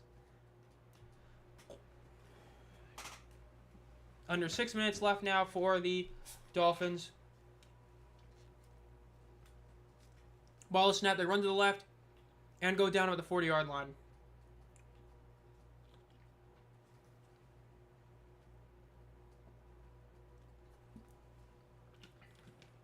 Man, really aggravating getting... Like, look, kittens are great to have, but when you have to keep a certain cat away from the kittens, and then you have a lot of cat food around, it makes for a... not great. Just... like, this room never had flies, and now it has flies because I have to keep cat food in here because my cat is bullying the kittens. Hand off the ball. It's a first down for the Dolphins. Get about 4 or 5 extra yards. Really saw it again. Look, I've said it like 8 times. I'll say it a 9th time. Ollie Gordon II is looking really good in this preseason game. The only times he's really not getting 5 yards on a carry are when he doesn't need 5 yards and he gets a first down. Which, that's what you want to see. You want to see your running back in a first down scenario care about getting the first down only, not, I'm going to go for, you know, a 10-yard run. You love seeing that. And then when it's like this, 1st and 10, he just goes as far as he can. He's looking really good tonight. Gotta love it if you're a Dolphins fan. Wilson throws it to the left. They got Zach Wilson in a quarterback, the MILF Hunter. It's about a 5.5-yard pass right there. About 4.5 minutes left in the second quarter. Again, Tua, mixed bag how he played today. Early on, O-line was really bad. Then he made a couple of bad throws. Then he made a couple of great throws. But it is good that he got some more exposure for the preseason, considering he's going to have a 2-week break before the next game. So we'll see what he does when he comes back officially. Like, well, when the team is, you know, playing a regular season game. 2nd and 4. 3 receivers to the right. 2 to the left. Ball is snapped. Wilson looks to the right, throws it, and it is overthrown. Could have easily been intercepted. Got a bit lucky that it wasn't an interception. Definitely a rough throw right there, but it is what it is. Showing the wide receivers fighting for a roster spot now. A lot of guys that are, well, a lot of UDFAs right there. You got 3 UDFAs right there. So when you're a UDFA, it's usually just like hoping you even make a practice squad is like considered really good. Like I know Ivan Pace making the roster of the Vikings really didn't shock me because I watched him play at Cincy. Like that one year, he was like one of the only good players in that roster. Throw it to the left. It is, ooh, incomplete. That was a beautiful throw. Eskridge just whiffed the reception there. That's a bad look for him right there. I mean, ball hits you in the chest with your hands like right around it and you don't catch that? Like, the ball wobbled a little bit, but the ball hit him right in the chest. And in terms of a technicality, that was a perfect throw by Wilson. In stride, caught him in the chest, and he didn't make the reception. That's a bad play by Eskridge right there. 4th and 4, they're going to go for it. Love this call. As I said, this is the preseason. You got to get these types of plays ready. Love seeing this going for it in 4th and 4, no man's land. It is caught. Really solid throw by Wilson. Zach's looking pretty good those couple of throws. Threw it right in stride. Got the first down. Great throw by him. Washington again with another really solid reception. That was good right there. Love seeing that. Washington beat his man. Got to the first down marker. Wilson hit a perfect throw to him in stride. Great throw. Love seeing that from Zach Wilson. Yeah, it's so funny in hindsight how he ended up, getting like the Jets the more successful season they had even with Rodgers, which is hilarious when you look back on it. But Ole Gordon gets about 2 yards. That's probably his worst overall run on the day. And even then, it was still a couple of yards. I think he had one that technically wasn't no game, but still a really solid play right there. Nice one. Got 3 minutes left in the half. 2nd and 8 for the Dolphins. Maybe they just try and eat the clock out. Against preseason, doesn't really matter all that much. But, end of game scenario or end of half scenarios are a very important scenario in football. So we'll see what they end up doing. 2 minutes and 45 seconds left now. Ball is snapped. Quick pass to the left, like immediate. And he gets about 2 yards on the reception there. So it's going to be about 3rd and 8 here for the Dolphins with 2.5 minutes left. We'll see if they can really do something here in terms of actually trying to, score. Obviously, they need to get a first down here, or they're going to be forced to kick a long field goal or go for it on 4th down again, which we'll see. Again, Washington and Gordon are looking really good in this game for the Dolphins. Yeah, okay, so they're not going to run a play here. They're just going to wait the 2-minute warning, going to hit 2-minute warning, 3rd and 6. And see what they end up doing during that 2-minute drill. Not against that. Pretty solid decision there. Let's reply to hopefully the last comment for now. Both stand position to say.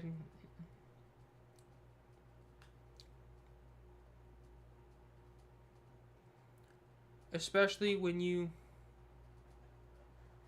think about Aubrey and Bates. The most prominent former spring football players in the NFL, and them being from the Stallions and Panthers. There we go. I think we got all the comments done for that video for now. No comments unresponded. That's what you love to see. Hold up, 15. Where'd the 15th one come from? Guess somebody else already replied. Maybe we gotta reply again. Yes.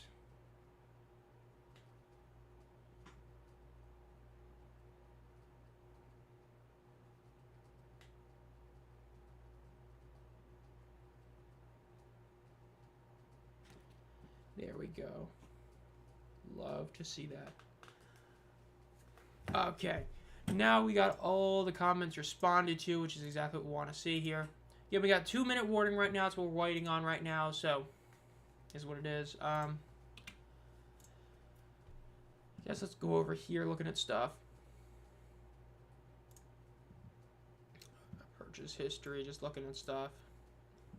Awaiting shipment, okay. Trying to get a couple things finished, like, we're still in the, still in the 2-minute warning break. Trying to get a couple of sets worked on. Like my 67 top set, like the non-high number set, I'm like less than 6 cards away from it. So I figured that I should try to get at least like one every week or two. So I like just ordered the Whitey Ford I needed for the set. Next one I'm probably going to get is the Frank Robinson. And I'm probably going to get a mid-grade card. Because, like, the set is mainly, like high VG to EX kind of set. And so all the graded cards, like the lowest graded card I have right now, not counting the Karoo Authentic, is like a 4.5. So I'm probably going to get the Robinson next, and then we'll see. I think I need Oliva. No, I need Perez, I believe. Maybe Oliva. And like 2 others I'm just spacing. Don Drysdale, I'm pretty sure I need him, and like one other one.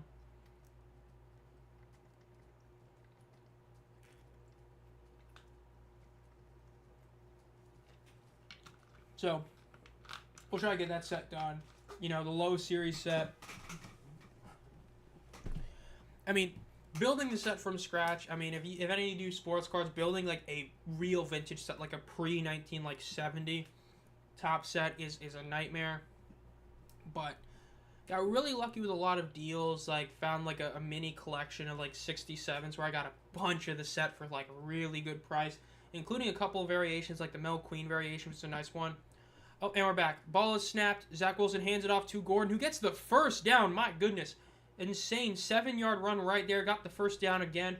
Great play by Ollie Gordon, the second right there. Minute and 46 seconds left in the half. Again, Gordon just, it's like a quick stop. That's similar like Le'Veon Bell in the past. He made like a quick little, like, inkling if he was going to make some sort of cut just to get a little bit of vision and saw where the open field was and just ran through it. Got the first down. And like I was saying earlier, what he's doing that I really love is he's getting the first down. He's going for it. He's not just going for the, massive runs. He's going for the first down runs when he has to. Love seeing that. Ball is snapped. Wilson goes to the left. He's going to run. Yep, he's going to run, and he gets about 3 yards, goes out of bounds. Good play by Wilson. Gain some yardage, go out of bounds, stop the clock. You're already far enough downfield where it's not a matter of, oh, he just wasted a couple seconds. Wasting those couple of seconds to still get 3 yards is definitely worth it there. Really solid play by Zach Wilson there. Evaded a sack, didn't make a bad errant throw, just gained some yards and went out of bounds. Love to see that. Yeah, if you're viewing this as a real game, you're already up. You're already up. A field goal puts you up by a touchdown and a 2-point conversion. So you need at least a field goal. So you got to play to not turn the ball over. Ball is snapped.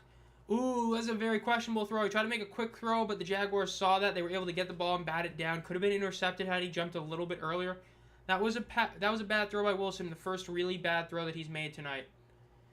Though Eskridge is again around it. Not great. Ooh, actually in replay, that looks to be on him. Let's see this replay again. That's on Eskridge. The defender did not really break that ball up as much as the announcer tried to make it out to be. He definitely had an impact on it, but that's more so on Eskridge. Eskridge, upon replay review, should have got that. I apologize, Zach Wilson. Still a questionable throw because of the defender, but that's not really on you. Getting pressured, he's got to throw this ball away, and he doesn't. He takes the sack. Not great for Zach there, taking that sack. They're going to be forced to kick the field goal here. Jaguars are going to call a timeout here, I would assume. Yep, call a timeout there. Good call by the Jaguars.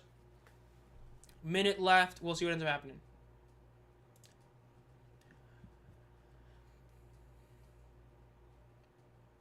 Ooh. What is stats at? There it is, stats at. Love to see it. Then we'll refresh this.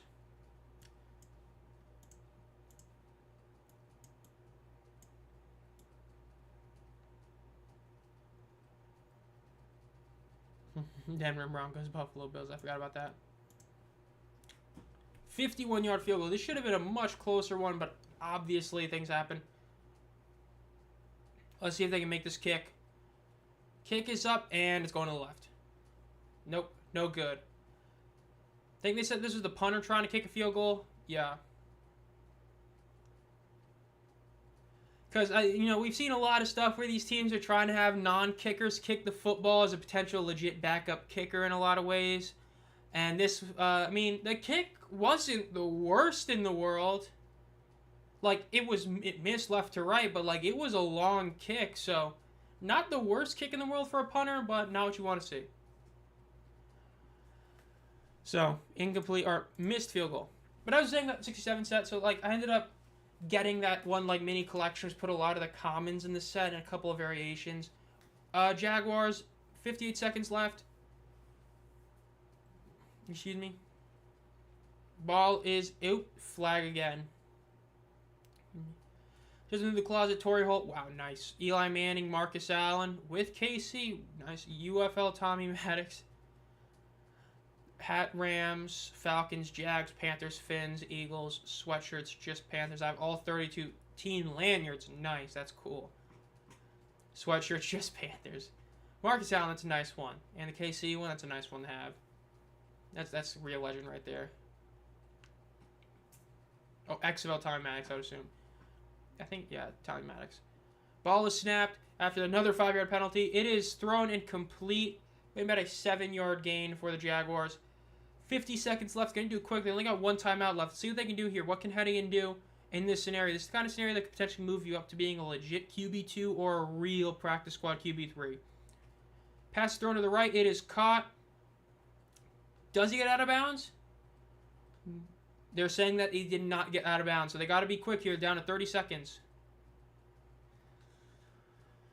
And they called timeout there. I don't know if I like calling the timeout there. You still got 30 seconds. If you snap that ball at about 25 seconds left and you spend, when you go out of bounds, spend another 5 seconds, gain a few more yards, you got 20 seconds, and you have your timeout, allowing you to throw another pass, in the sticks. Not a huge fan of that one, but we'll see. So, once I got that, collection, it helped a lot of that. But the set started where I got, one Hank Aaron card that I saw at a card store. Then it was, I got the Willie McCovey. Then I got a few other ones, and then I ended up getting a really good deal on a Mickey Mantle. I paid $2 or less than $200 for the Mickey Mantle, and I ended up getting it graded, and I got a 5.5, which was actually about half a grade to a grade higher than I thought it would, which is really nice. 3rd and 4, let's see what they do here. They got Hennigan in shotgun, 3 receivers to his left, 1 to his right, ball is snapped. Ooh, he's getting pressure, he evades the sack, and he's going to run for it. And he goes down for about 2 yards. There is a flag. This could be a face mask penalty or holding. I think it's one of those two. We'll see, though. Was offered $500 for the KC jersey. I mean, so I'm assuming it's a classic KC Allen jersey, which in that case is even cooler. And I'm not surprised. I mean, that's a nice jersey to have. I mean, if you had that and the Joe Montana KC jerseys, oh, man, that would be sick. Holding on the defense. So the play ends up working out for him.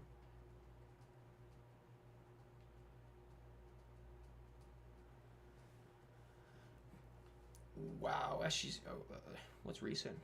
Most recent. Yeah, the recent Mickey Mantle sales have been over 300, 350 more.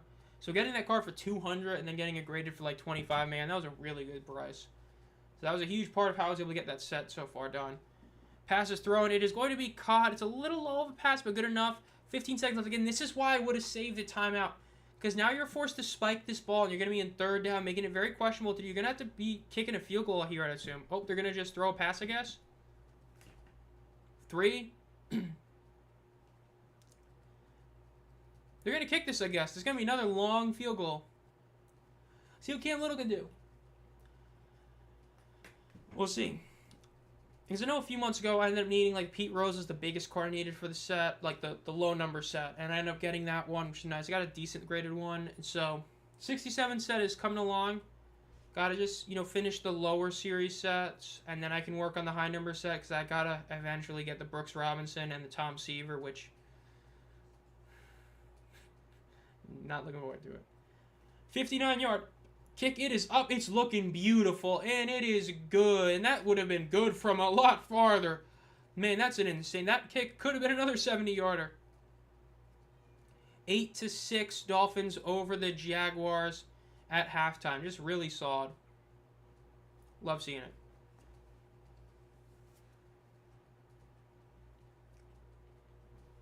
Yeah, I got that 67 set being worked on.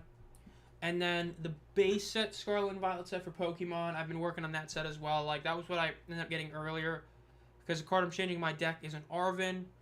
And I need one specific Arvin for that set, so I just ordered it. It's going to put it in the deck. So it's going to rotate out in 6 months. So, it's a double-edged sword in a good way. It's good for the deck now and good for the set later. So, got that. Got to work on that set before some of these cards end up going up in value again because of how awful the Pokemon market is now. Or good, depending on how it is.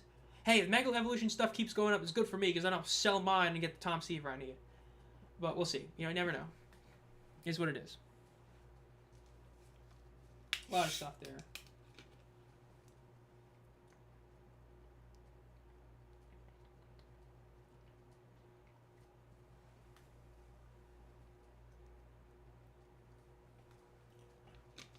I'm trying to see if I can read what the stuff says. Got my light off. Forgot about that. I got stuff I just forget about, honestly. Bo Nix. Good old halftime. I'm just trying to see what's going on overall. Yeah, I've got to look at PGA, even though that event already ended. Well, not the event ended, but today ended. Daniel Suarez is leading Daytona. Oh, it's Daytona 400. Okay, he's leading it. That's wild. Bubba second, Blaney third. Man, if you said that was your top three, I don't know if anyone will believe you. Keselowski, 6, Hocevar. Wow, what a wild top 10 this is. That's pretty wild. Anyone out of the race already? Doesn't look like it. Like, ooh, big crash. Let's see. Ooh, misclick. Where to crash? I gotta see this crash. Let's go to Twitter. I'll see the crash. There's a lot you can see on that site.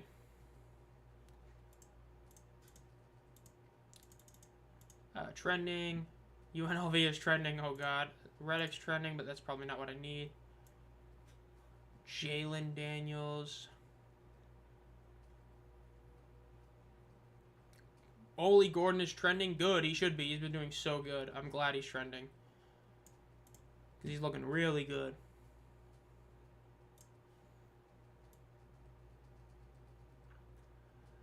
Okay, I guess we're just not getting that on trending. So let's look up NASCAR. Excuse me. Wow, Reddick's car just died. That's insane.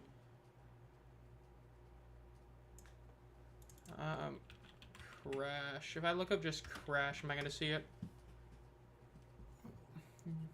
Wow, Bowman, Wallace. Ooh, that's like really bad. That's a lot of early ones.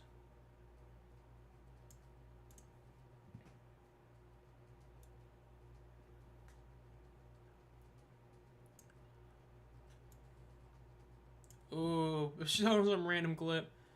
No, do you want to see if you're racing at Daytona? But hey, it's Daytona. He's gonna have it. Yeah, we're still in the commercial break, real quick. Or not commercial break. But we're in the overall break. So if anyone has anything to bring up or all that, again, we're just waiting for the half to end, especially because we're in the preseason. Not like there's a ton to look up and other stuff. It's not like oh, we gotta go look at other games. Put something else on. It's the preseason. So. Let's see. Do I got a new comment on the vid? Maybe.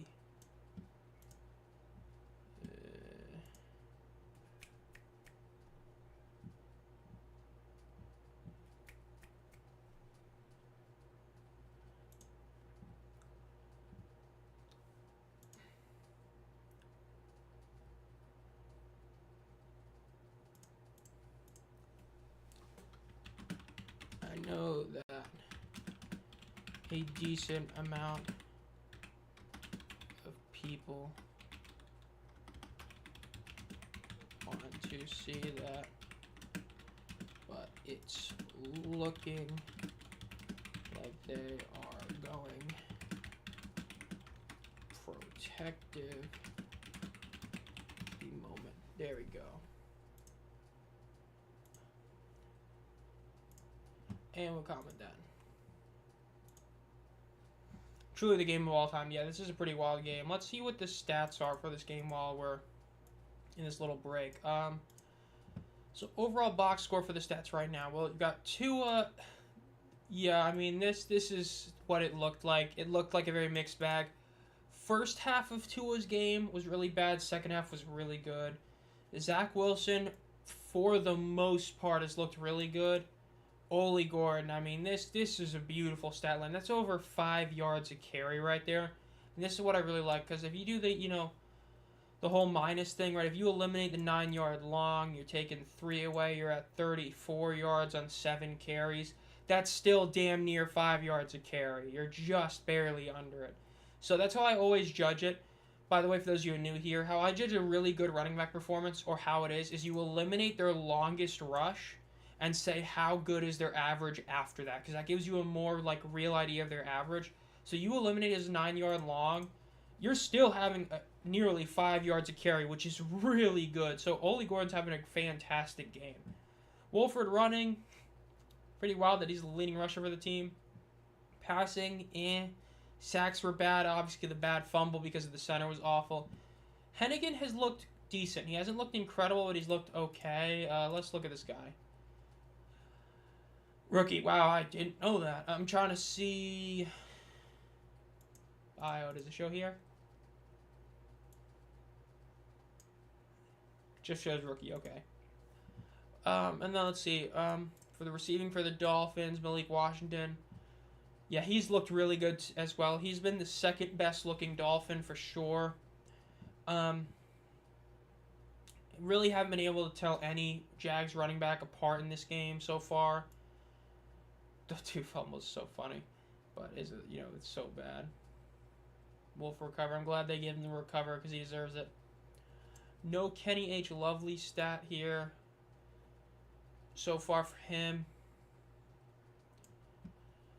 And then punt returns, Washington is averaging 13.5 return yards per. It's pretty good. Jake Bailey missed a field goal, still was long, and then Cam Little looked really good again in that kick. So some good looking stuff so far in terms of single players. Not for everybody, but for certain guys it is looking pretty good. Scroll down a little bit, so there we go for that. Dylan Gabriel, my God.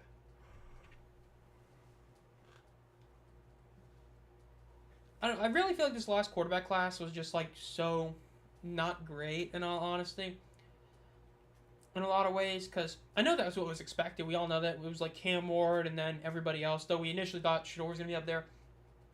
But when you see Will Howard, Dylan Gabriel getting drafted when they were, I don't know, man. It seems like a really weak draft class in the quarterback position, but it doesn't feel like even 2022. It feels like I could legitimately see multiple of these guys end up actually being somebody. I could see Milroe work. If you start Darnold, you have him be in the bench and, learn from it. And then he could be a solid quarterback. Jackson Dart, even though I think he was a reach of a pick, he could be solid. I feel like there's a good chance this quarterback class ends up actually looking better than their draft stock suggests it should be. We'll have to wait and see, though. A lot of that is about Cam Ward. Will he end up being that guy? Which I think he will be. I think that he's a really good quarterback for it. When you look back at his time in Miami... that team, that was almost the Bengals. That was the Bengals, all offense, no defense. It was just, he had to go every week. When they were losing, it was usually because the defense was allowing 40 points. Let me actually pull this up. Miami 2024 football schedule. Let's see. Yeah, so in 2024, Miami Hurricanes, they lost to Syracuse 42-38. Lost to Iowa State, didn't play the full game, 42-41. The Georgia Tech game, they only put up 23, but, the defense still allowed 28 points. They barely beat Louisville 52-45, or California 39-38, VT 38-34. Those are games you would think they would, win, and they barely won, putting up, an average of over 40 points. That shows how bad that defense was. They played, 2 good games against Florida, A&M, and Ball State, so, what do you want, a cookie for that? And then, yeah, that was such a bad defense. I do think Cam Ward will be good. Will he be incredible? He's on the Titans. Not like that's a great organization for developing quarterbacks. We all saw how Malik Willis did, or Will Levis did. Will Levis. So, we'll see how it works out for them, but I think that Cam Ward, as a prospect, is a really solid one. It's just a matter of the Titans, which... I don't know, ever since they fired Vrabel for virtually no reason, it's just the Titans have been such a worse franchise. Like, Vrabel was that guy, and they got rid of him because I don't know, they just didn't want to. I don't know, that was such a stupid decision to get rid of Vrabel. I really hope the Patriots are good because of that, but we'll see. Should have the game come back in a second. Again, the score is 8-6. Those of you who were not here and are joining here in the second half, welcome. And as for the game overall, in terms of some of the big things that happened, the Jaguars had the first actually good offensive drive, but then it ended because of an awful snap by the center. Threw it to the point where even Shaquille O'Neal probably wouldn't have been able to get that ball, and that forced them to have to punt the ball instead of actually getting some points on the board. The Dolphins kicked a field goal late, but they tried to have their punter kick it to, just test out some things. He missed the kick. It was long enough, but it wasn't, accurate. Jaguars, Cam Little kicked another bomb, a 59-yarder that would have been good from at least 65. Just a beautiful kick. The Dolphins, Malik Washington's looked really good. Ole Gordon's looked incredible. Tua was mixed. Wilson has looked overall good. Jaguars, Wolford was hard to judge, and Hennigan has looked As for the little bit of coaching of Liam Cohen, I wasn't a fan of the timeouts he used and the whole end of the scenario. Like, it felt a lot like we saw last year with the Bears in that Thanksgiving game. They could have easily gotten one, maybe even two more plays off before the end of the half and make that field goal closer. And instead, they kind of mismanaged timeouts and clocking the ball and were forced to kick a 59-yarder, which, again, Cam Little, incredible kick, but shouldn't have been in that scenario. Yeah, Ole Gordon looked really, really good. He looked great. Then the Washingtons both looked really solid. I believe there's two of them. They've looked solid. I mean, it's been a mixed bag. The Dolphins' pass blocking looked really bad for Tua early on. There's a couple of, really just egregious sacks that was just insanely quick. But, I mean, it's 4 of 8 for 49 yards on a TD and his, 2 sacks really are, this is one of the times where the stats really do, tell exactly what happened. Tua was incredibly mixed. He wasn't mediocre. He was either good or bad. So, yeah.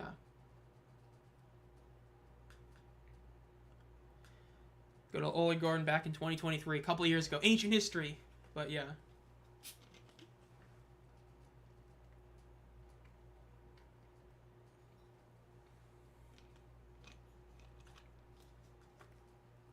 No, Travis Hunter.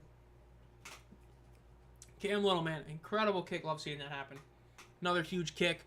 Big bomb. Hopefully see some kickers make it from the UFL. We could see, Schmidt make it. I don't know who the Browns' other kicker is. I know they had another one. I'm just spacing on Dustin Hopkins, but hopefully Mevis makes it. If we get another kicker to make it, that'd be just hilarious. To have it be a third consecutive year where a spring football kicker makes it is insane. We would have had Aubrey, followed by Bates, followed by Mevis. I mean, especially for 3 big markets. Detroit became one, obviously, because of the past couple of years. And then if Dallas and New York, that'd be insane. You'd love to see that. Well, wait, see, especially the Stallions. If Mevis makes it, you have 2 Stallions kickers making it. My God. So let's see what ends up happening. It looks like the Jaguars ended up, or the Dolphins are getting the ball at a decent place. Again, it's a bit delayed from my overall commentary from what you're seeing over here because ESPN is really fast and NFL Network is really slow. So, is what it is. So, third quarter, 15 minutes left. We're just starting. It is 8-6. Miami over Jacksonville. Miami did score a 2-point conversion. That is how they got the 8 points. And the Jags kicked 2 field goals. So, it's a touchback. They're going to get the ball at the 35-yard line.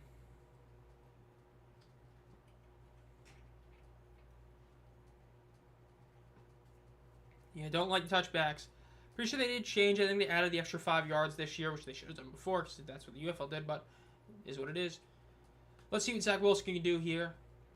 Do we see Quinn Ewers? Probably at some point. Good old Quinn Ewers, everybody's favorite Texas quarterback.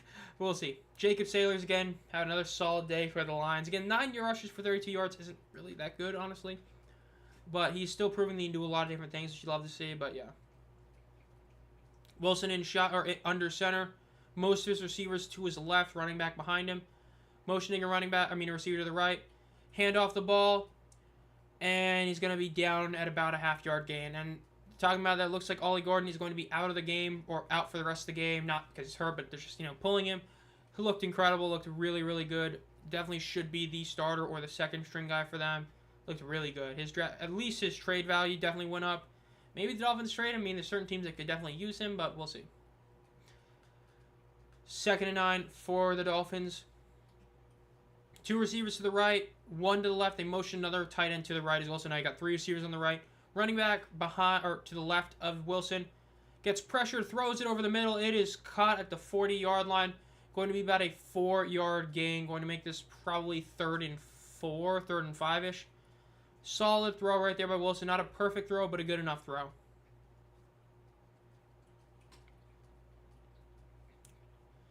Zach, again, making a nice step to make the pass rusher miss. Had to lose about a 2.5 seconds. Because of that, he was able to get the throw off. Good move by Wilson. Got 3 receivers to his right, 1 to his left, running back to his left as well. Ooh, challenge flag.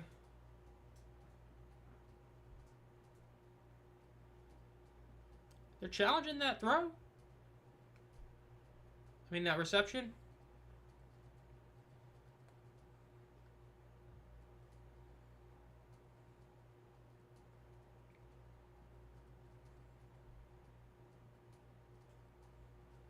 Yep, they are challenging the reception. We'll see. I gotta see a replay again. At least at first glance, thought it was good, but I wasn't fully paying attention because it looked pretty simple, but we'll see.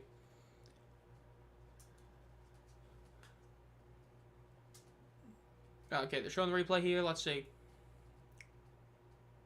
Has it? Nope, doesn't have it. Looks like it might be good. That was not a great angle, but from that angle, you could easily make a case that hit the ground. So I think there's a good chance that does get overturned. Commercial break. You're supposed to show the replay to the people. My goodness. Man, Fox broadcasts on the UFL were so much better than this trash. You know what I mean? It is what it is, though.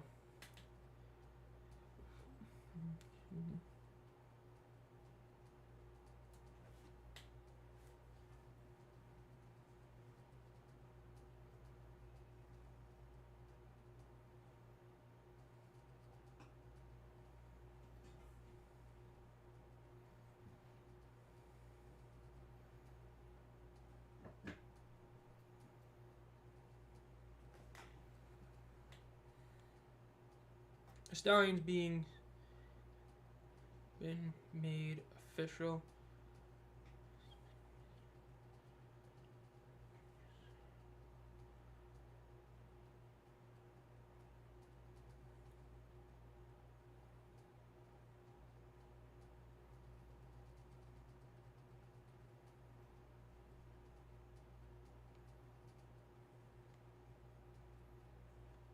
Protective. Live streaming, just looking at stuff right here. Just wild stuff. I mean, I'm trying to see overall players for this game. Or not this game, but overall in this week, there are too many sideline interviews as well. Yeah, the preseason is, it really is like the Wild West for the NFL broadcast, because you just don't know exactly what's going on. Because you have all these things you could decide to do, and you do these interviews, and it's, yeah, I don't know. It'll be interesting to see, but I don't like how this taking so long for the review. I mean, you all know how I stand on reviews. The whole point of a review, if it's clear and obvious, you change it, meaning that a review should never take more than, like, 2 minutes, barring you, like, legit need an angle. Like, if you have to get an angle from, like, low and you only have high angles, I get that. But when you're seeing a replay and it takes you, like, 5 minutes to decide, is this overturned? Like, bruh, you stand. You know what I mean? But I guess we're back. And let's see, did the challenge succeed? Not showing the timeouts. Nice job, NFL Network broadcast. 3rd and 5, so I guess it didn't. I guess. Ball is snapped. Wilson looks to his right. Throws. It is caught for the first down by Washington. Again, he's looked good today. He's been one of those guys that has looked really, really solid. There's a good play right there. First down for the Dolphins. 13 and a half minutes left, roughly. Love to see it.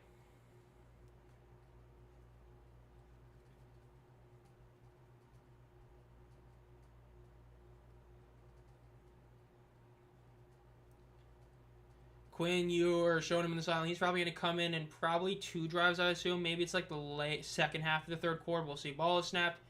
Handed off. And it's only going to be about a 2-yard gain for Boone. Maybe they're generous and give him a third, but probably just a 2-yard gain. Not the best right there. Hate to see that, but is what it is.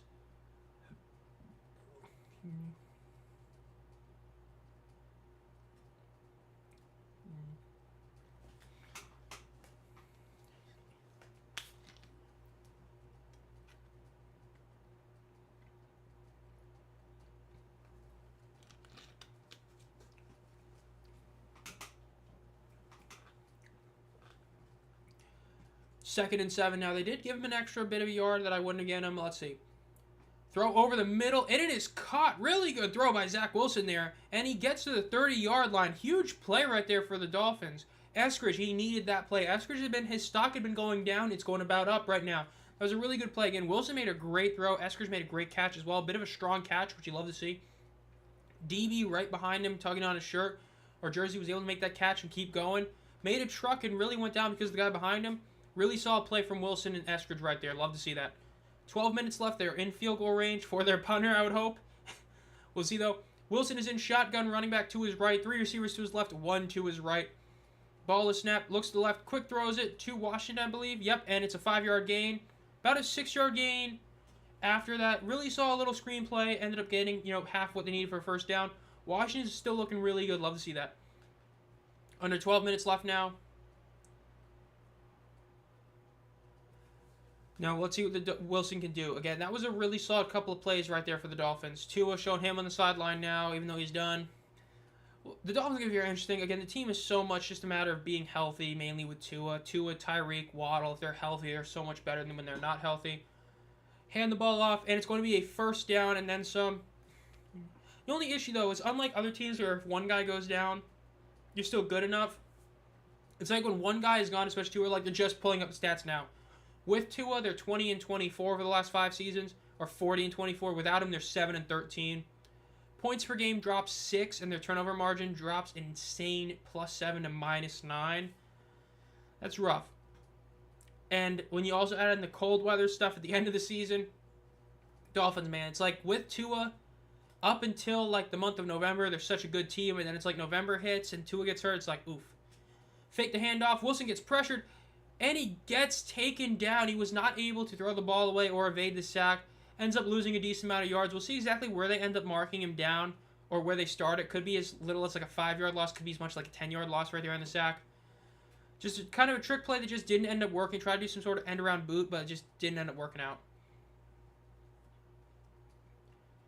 Again, showing the replays, it didn't work out. 56 was able to make the play. Great play for him. 2nd and 20. Wow, they did call it a 10-yard loss. That's rough for the Dolphins there. 10 minutes left in the third quarter. In shotgun, ball is snapped. They hand it off, and it is going to be a 4-yard gain. I'm not fully against handing it off in that scenario, but you are at 2nd and 20. You need to gain. If you're going for a first down, I feel like unless you have a really good play call for running it, you got to throw it. But obviously, that's if you're trying to get a first down. We are in the preseason. You just want to try and maybe get a field goal. 3rd and 16, getting some yards back, make it a quick, easier field goal. Especially if you do decide to have your punter try another field goal, which could be, so we'll see. At the 24-yard line, 3rd and 16. Motioning the running back to the right. 3 receivers to the left, 1 to the right. Ball is snapped.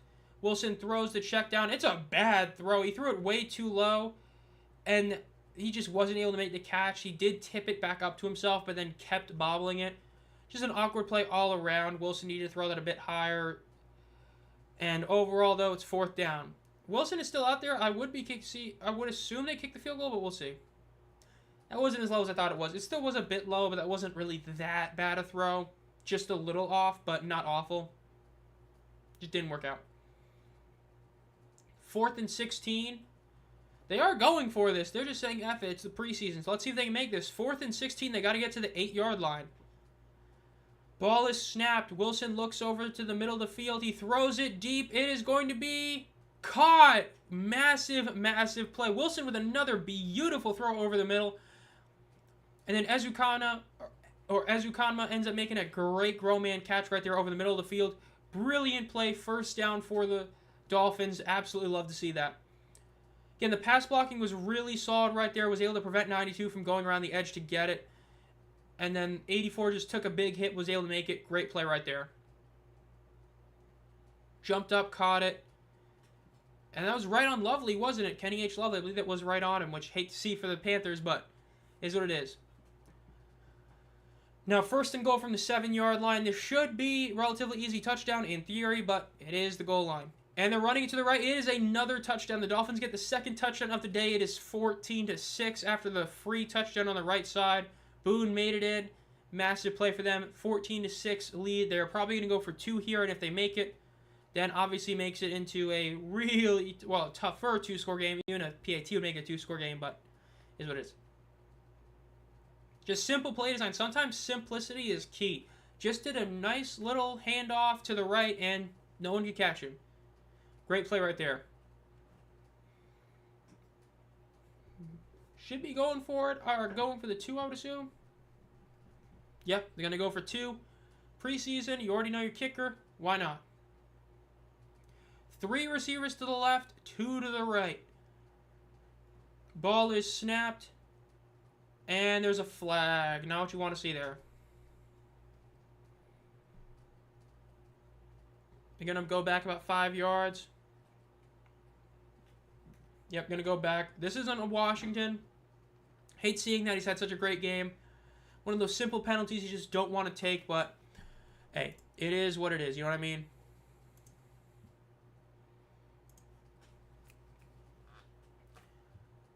Yeah, okay, sounds like he's not here. Okay, I didn't know if he was hurt or something, but hey, I like going for 2 here. You're in the preseason, why not? 8.5 minutes left in the third quarter. They are, again, at the 7-yard line now due to the false start penalty. 2 receivers to the left, 2 to the right, running back to the right as well in the backfield. Ball is snapped. They do a little quick dump. Ooh, that would have worked. If he had caught, if that was a slightly better throw, and if Champlin would have been able to make that catch, that would have been a 2-point conversion. Honestly, a pretty good play design right there. Would have worked. Overall, though, got a touchdown. That was a beautiful play in that 4th and 16. Love to see that. And the Dolphins are up 14-6 now. Let's see. What are the standings for the NASCAR race right now? Blaney's in the lead. Larson is at number 2. McDowell 3rd. Chastain 4th. And Logano 5th. That's another thing. I haven't watched nearly as much NASCAR as I did last year. Just another one of those that I haven't watched a ton of compared to last year. I mean, aside from football, PJ has definitely been the thing I've watched the most overall. And at the end of the day, Fleetwood, he's got himself in position to choke another lead. He's tied first, and he's not going to be tied first tomorrow. If he wins, I'd be shocked. I really do expect him to choke again. Shame how McIntyre finished, and then I didn't even realize that, but that sucks that Sepp and Matsuyama are both there. I mean, Hideki and Straka both being 29th and 30th sucks. I would have loved to see him up higher. Justin Rose literally could not care less. He got his W a couple weeks ago, which was awesome to watch. Even though, it would have been cool for him to compete here, it is what it is. In reality, it's probably between Young, Scheffler, Bradley, Henley, Fleetwood, and Cantley. Like, -7 was the best today, so if you hit -7, you get 15. I mean, McIntyre, JT, Taylor, Goddard, Bhatia, Griffin, Burns, Lowry could do it. They probably won't, but they could if they have a -7 day. Top guys don't play that well, but the odds that happening are like really, really small. So I have to see.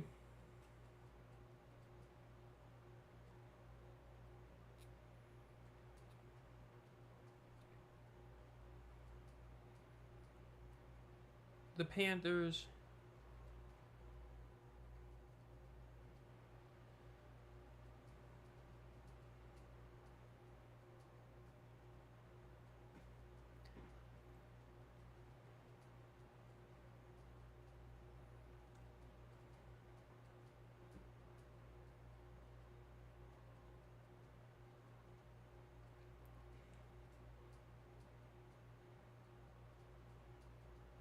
EMU. Yeah, the Panthers stay.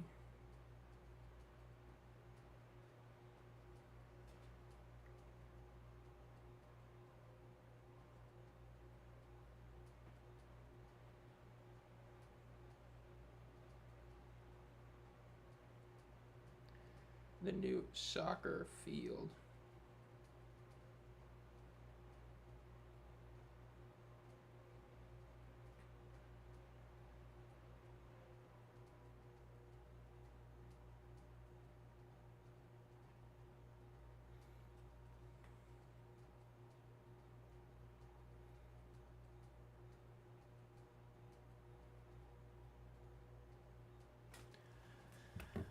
Alright, just got that done. Just trying to get some more overall comments answered in the Stallions video, obviously, while waiting for this to come.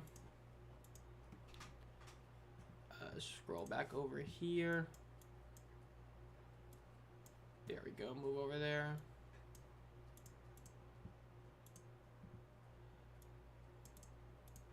Oh, let's see what happens here. Ball is snapped, handed off. Jags get about 2 yards on the carry there. Not great, but it is something.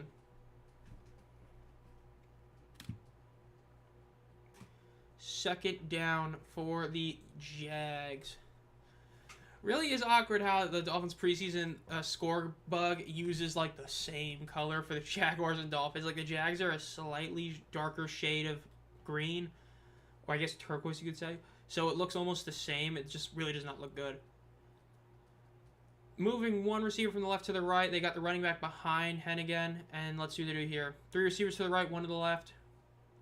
Motioning another receiver. Ball is snapped. They do a little fake wildcat. Not a wildcat, but a really nice end around. Ends up working. Gets about 6 yards. Going to be about 3rd and 2 for the Jaguars here. 14-6 Miami over Jacksonville at the moment. 7 minutes and 15 seconds left in the 3rd quarter.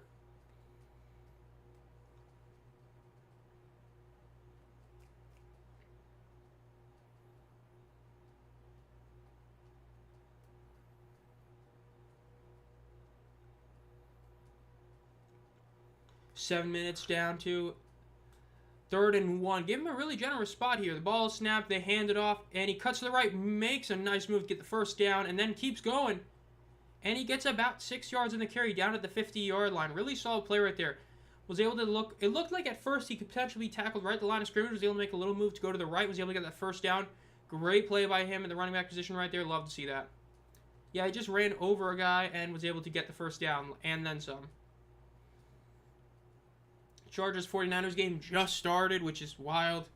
Though 10 o'clock EST is really wild. I mean, man, imagine being a Cardinals fan having to wait till 10 o'clock to watch a preseason game. That's dedication.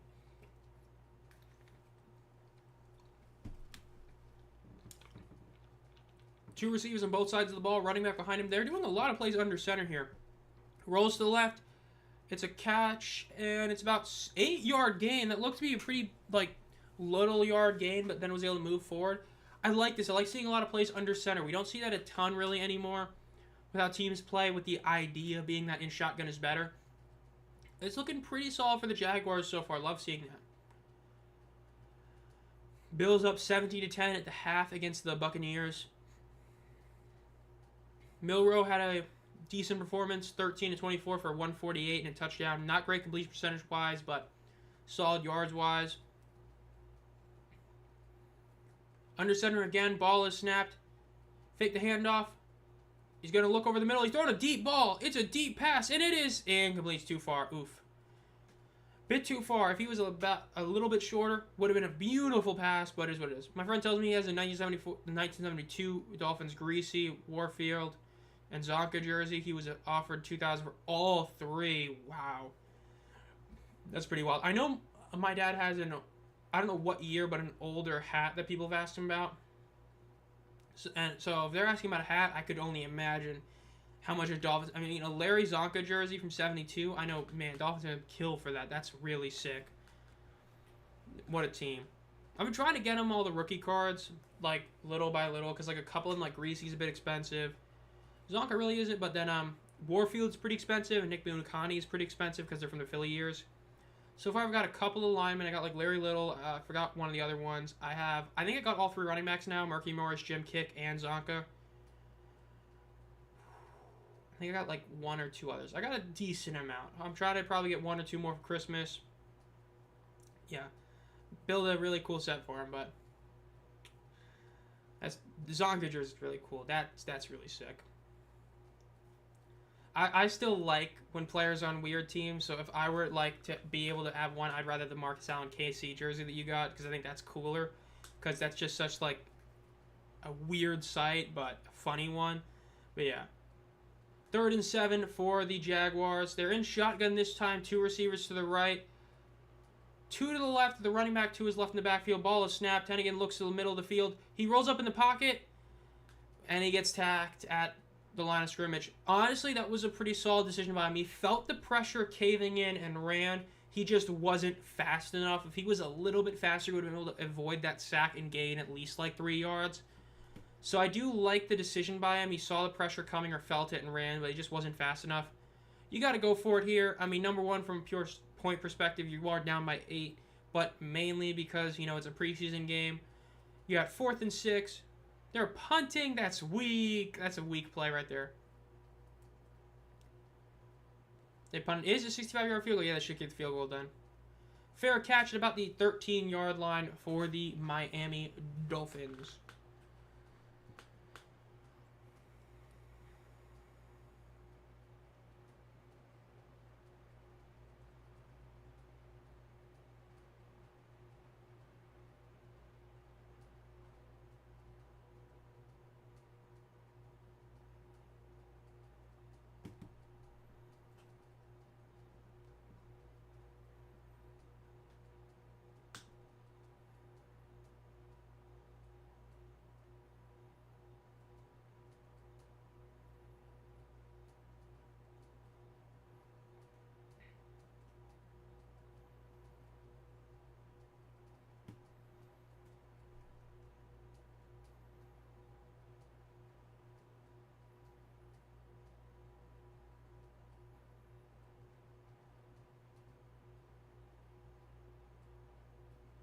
I'm just replying to the last comment.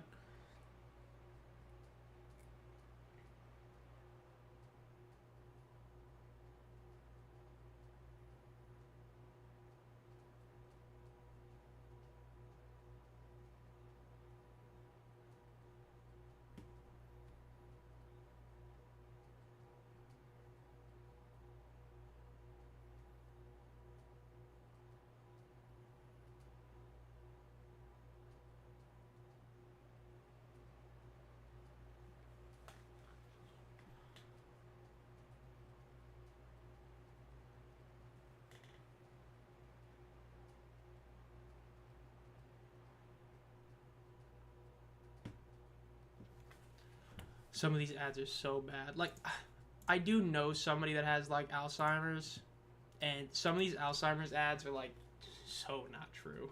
Like, they're just not true, and it's so bad, but it is what it is.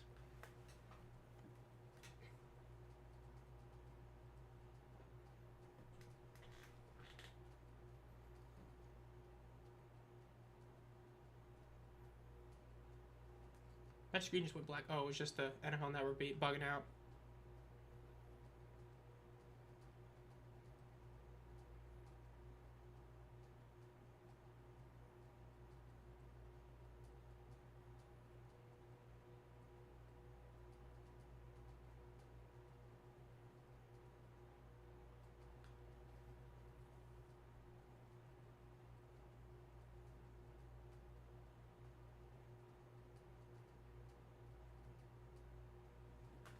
There we go.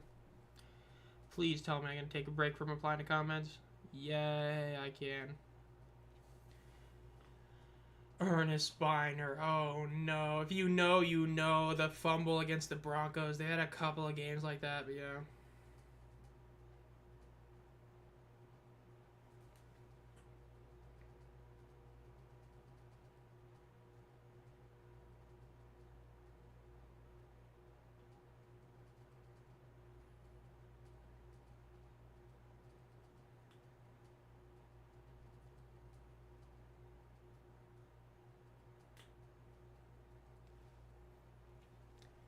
There we go. Finally got it all done. Let's love to see it. The Bills. Dolphins commentary taking some shots at the Bills. I did just get done watching the the Cowboys documentary series on Netflix. Man, the Bills. So sad. Got beat by the Cowboys twice, pretty handily both times, even though it was kind of close the first time. Really sad. I mean, that Bills team, yikes. 0-4 in the Super Bowl. That's rough.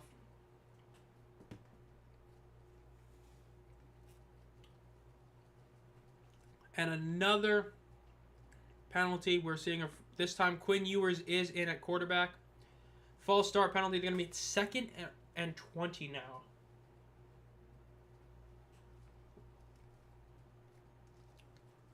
So we'll see what happens here. Good old Quinn Ewers, guy getting replaced by Arch Manning at Texas. Ball is snapped. They hand it off, and it's going to be up to the 10. Down at about the 14-yard line. Still solid run right there, but again, 2nd and 20. You had 3rd and probably, 14 here. So we'll see what happens.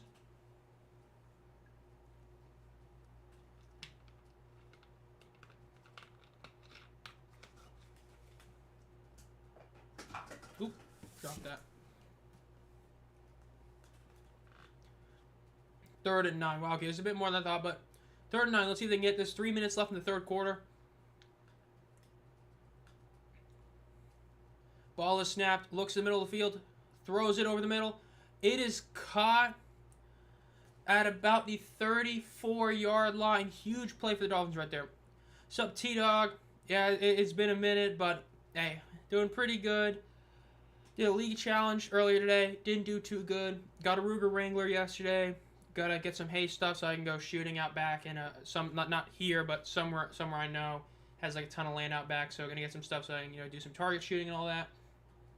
Working on some sets that I got, 67 tops, Scarlet base set, and working on videos for the channel obviously. So doing pretty good. Obviously good news about the Steins being saved. Hopefully the Panthers are next, but we'll see. 1st and 10 for the Miami Dolphins. Ball is snapped. They hand it off, and there's going to be about a 2.5, maybe 3-yard gain for the Dolphins right there. Well, yeah, the issue. I don't know. You would hope so. I hope so, but I don't know. I didn't like the Tetterer McMillan pick. I really would have loved to draft Jalen Warren there, but it is what it is there. Hopefully it works out because Leggett didn't do as much as was expected last year. Hopefully Hubbard continues to be a solid running back. Mainly it's just about Bryce. Hopefully he ends up playing better.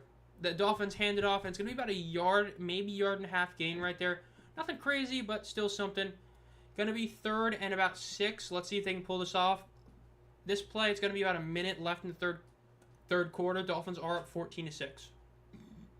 Excuse me.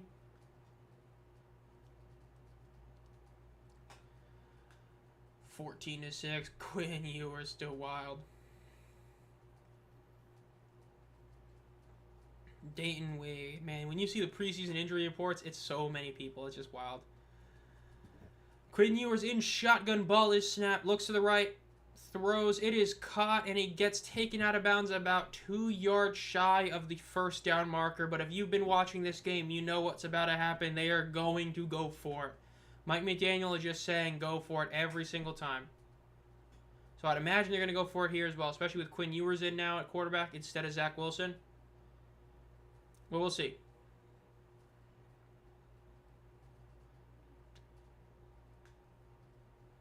Punting it. Wow, that's weak. I mean, the Dolphins punting it, they've been going for it all time. I mean, all night. And now with Quinn Ewers and you decide to punt it, that's kind of weak, but it is what it is. Maybe they figured, and again, they could just not punt it and wait the quarter out and then decide to, go for it, which they might do, but we'll see. 6 seconds. 4 seconds. They're going to just wait it out. Yep. My Commanders will be good this year. I don't know about Super Bowl run, but they will be close. I think they make it back to the NFC title game and probably lose to the Eagles again. I've got my community member exclusive video coming out in the next couple days. I don't know when I'm posting it. It might be as early as tomorrow. It might be as early or as late as like next Wednesday. Or I guess this Wednesday, whatever. But in that, I do have the Commies making the playoffs. It's just, I think they're going to take a bit of a step back. Similar to the Texans, where the Texans, with CJ's rookie year, CJ had this incredible rookie season, Sophomore was still a good season, but not as good a season. Team still made the playoffs, still won a game, but weren't as good. I feel like we see something similar with the commies this year. Because at the end of the day, you do have a lot of older players. And so it's, can those guys continue the great production they had last year, this year? You know, not a guarantee. If they are, the team will still be really solid. If not, they're going to take a bit of a step back. But I still have them as a playoff team. 7 seeds, I don't know how they... I'd be shocked they miss it. Because the NFC West, I'd be stunned if 2 teams make the playoffs there. It really feels like that division is... If Stafford is healthy, the Rams just cakewalk it. If not, the Seahawks probably take it. The NFC South, I do think the Falcons and Bucks could make the playoffs. Because the NFC North, I think, is going to be overrated. I think it's going to mainly be the Lions and the Vikings. And then the Packers are just going to kind of be there. And the Bears are going to suck again. And then the NFC East, I mean... Cowboys. They're not winning the Super Bowl. I'll say that. Cowboys ain't winning the Super Bowl this year. I think we can all agree on that one. Even Cowboys fans know they ain't winning the Super Bowl. Hell, Cowboys fans probably know that team's probably not making the playoffs. Cowboys. Dak Prescott, $60 million quarterback. Paying $60 million for a guy that's barely top 10, if even a top 10 quarterback, is insane. But hey, Jerry Jones, he knows how to haggle somewhat. You know, he knows how to haggle for the player, I guess. I know, like, if he's being honest and he offered Micah Parsons the most guaranteed money for a non-quarterback, that's insane. Micah Parsons is not worth the most guaranteed money for a non-quarterback when compared to other guys like T.J. Watt, Myles Garrett, and even Hendrickson for how old he is. Because, I mean, Micah Parsons, the later on in the season, the less production you get out of him. And it's happened like every single year. Is what it is. 1-0-1. I love seeing all these ones at the tie because of how the preseason is for the NFL. Now, let's see. They are still punting it. Hate to see it. We are in the 4th quarter. We're at the end game now. Let's see what happens here. Return at the 10-yard line. Nope. This is going to bounce for a touchback.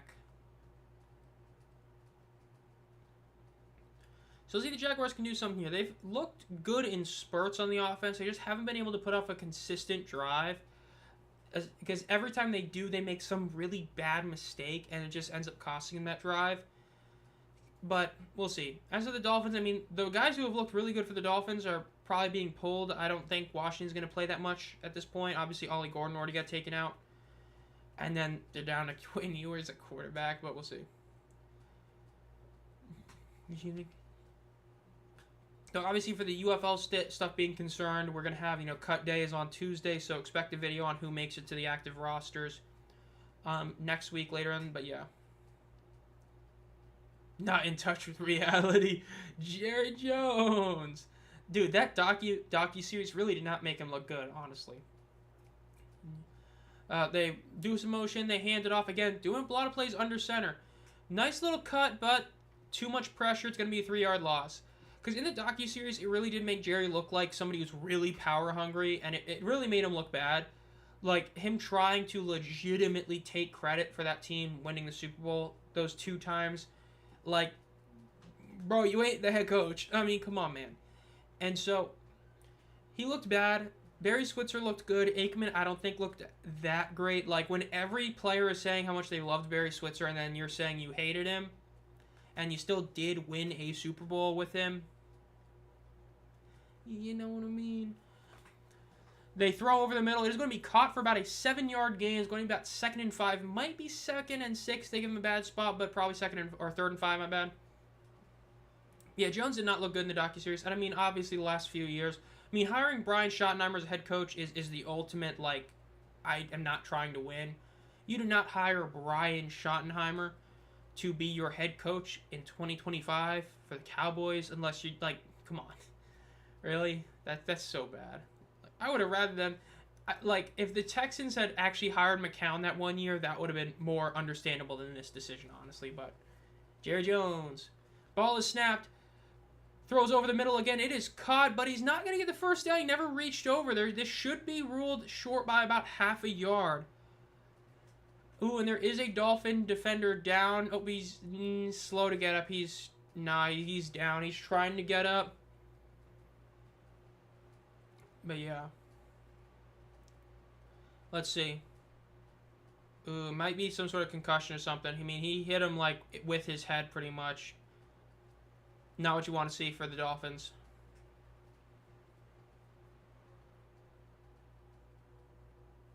Does get back up. It is 4th and 1, obviously. Needed to reach over, didn't. Was protecting the ball, so he got tackled short of the line to gain. We'll see what they end up doing. They should go for it. Again, we're in the 4th quarter. It's a preseason game. It's the last preseason game of the preseason for these teams. So if you're the Jags, why not go for it? Do something fun, you know. Do a QB sneak. Do, I don't know, play action, F it, go deep, Hail Mary. You know, like, come on, just do something fun. 13 minutes. Oh, they're punting it. That's weak. They're punting it, and it is going to be... It's a pretty good... That's a good punt. All the way down to the 15, but it is a flag. I don't know what this flag is, but flag, and he gets down at about the 30-yard line. This might be on the Dolphins. Judging by when it was, I think it's on the Dolphins. Let's see.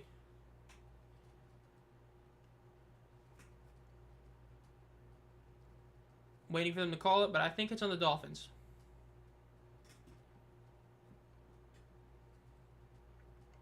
Still talking? Still yapping on the sideline together, all the refs right there. Guys had up unsportsmanlike conduct on the Jaguars. And then there was one, it looked like on the Dolphins, I think, right? That what they just said? No replay? That's kind of sad, but hey, it's preseason. Is what it is. So let's go check on everybody's favorite site, Twitter. Let's see what the new stuff is. Do we have any more Larson tweets about things going on? Pete with the home run. We're going to repost that.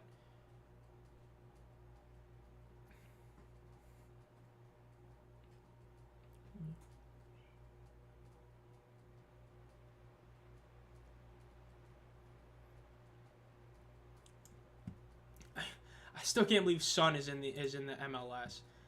Like, while that's how we're seeing guys who are like still kind of in their prime, just deciding, hey, we're gonna go there. Like, come on.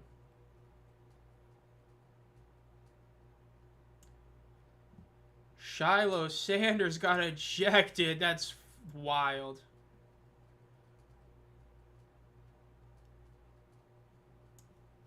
That's actually insane.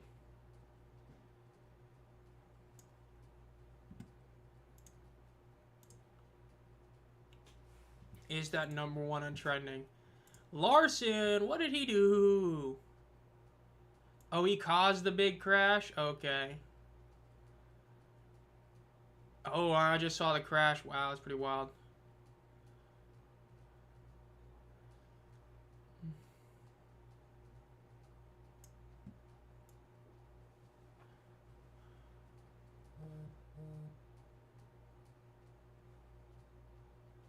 Larson, that's wild.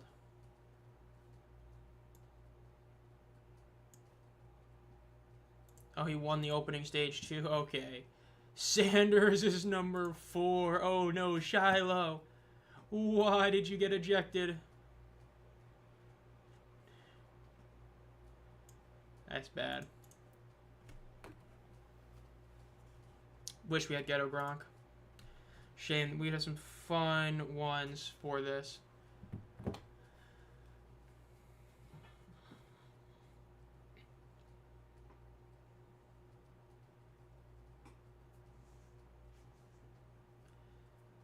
Yeah, I love seeing the starters play in preseason. I honestly really do like it. I've said it before. I think that is the right call to have starters play in the preseason.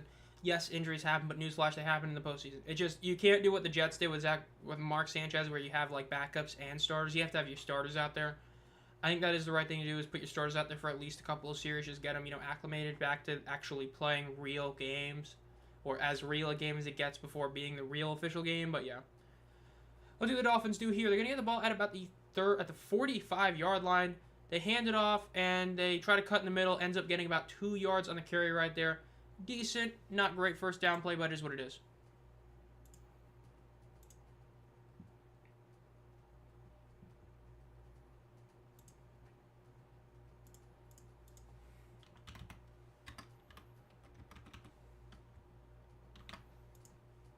Ooh.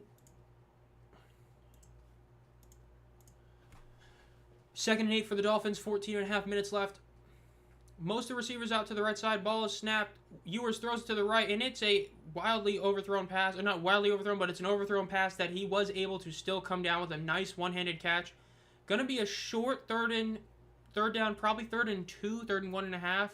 Definitely a not great pass by Ewers, but hey, it got the job done, is what is. 12 minutes left.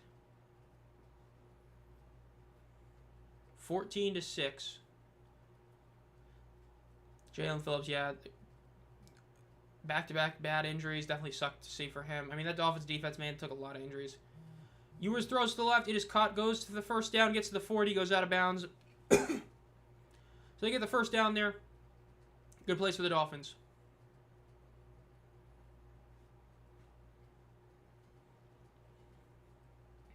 Walton Perry, man, you can't love hearing about that. Still showing him on the sideline. Dolphins, if they can score again, I mean, it's a preseason game, so it doesn't really matter, but if they get, if they score here, it's basically game over. They're already up by 8 points. They're able to score again, and if they go for 2 and get it, oh man, it's over, so we'll see. Fake the handoff, drop back to throw. Ooh, and he gets pressured. That was a bad call by Ewers. I don't know what he was thinking there. He tried to run, and he did have a lane to run, but he went the wrong way, ran into the pressure instead of away from the pressure. And it wasn't like it was, a wide enough hole for him to just, blitz through himself. That was a bad call by Ewers. He could have done a lot of things there, and he just had a lot of options. Picked the wrong one. Is that Laquan Treadwell? It hasn't even been in the league for a minute. Surely it's not right.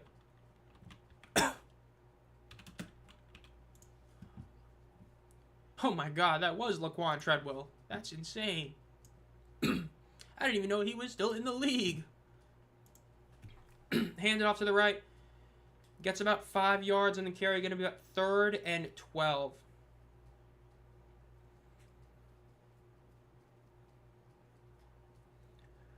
Going to be a little under 10 minutes left after this next play. Jags got to get some real offense going. They haven't really, again, they've had a couple of drives that looked good and then mistakes were made, especially the one at the end of the half.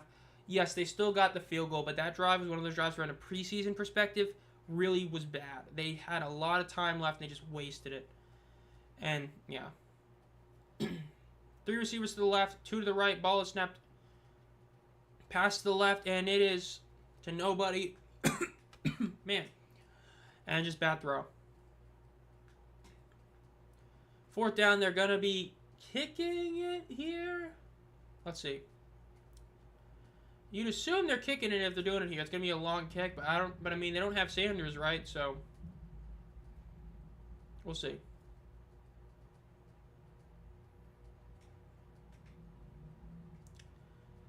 Or they're punting it? Wow.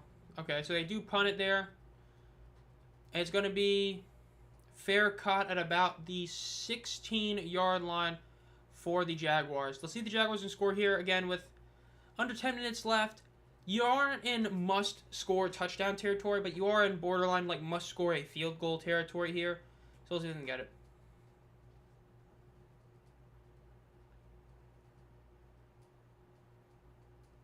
The Break Brothers.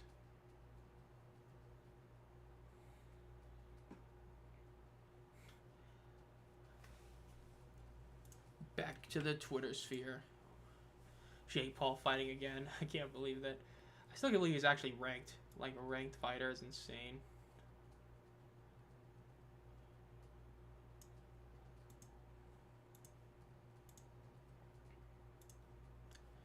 Back there. Put this up.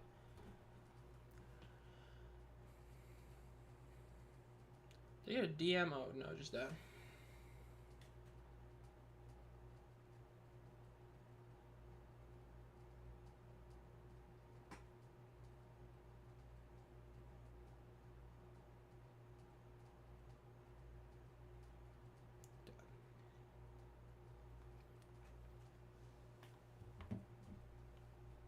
Jason Kelsey becoming a big celebrity. Still wild. This whole Kelsey, this thing that's happened with him and Travis, Taylor Swift, it's just been so wild. Well, really one of those weird stories, but is what it is. Xavier Holiday. I believe it's Xavier Holiday, right? I don't know. When you see X, you think of Xavier, but whatever. Kyle McCord. Forgot about him being in this year's draft. I think he got drafted like 6th round, I believe. I think he did get drafted out of Syracuse, but I completely forgot about him.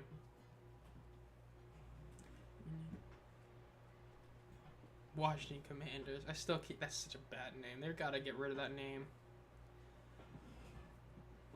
But probably won't. I mean, you had 2 names. You had the iconic one, and you had the one that everybody laughed at and then actually started to like, and then you decided to go with the Commanders. Because, like, it's not like the Mammoth with the Utah Hockey Club where it's like you only had it for 1 year. Like, you were the Washington football team for a couple years. Really hate the decision they did. Sup, Lauren? Just getting near the end of this game. We got a little under 10 minutes left. Game hasn't been all that great. I mean, Ole Gordon looked really good. Washington looked really soft for the Dolphins as well.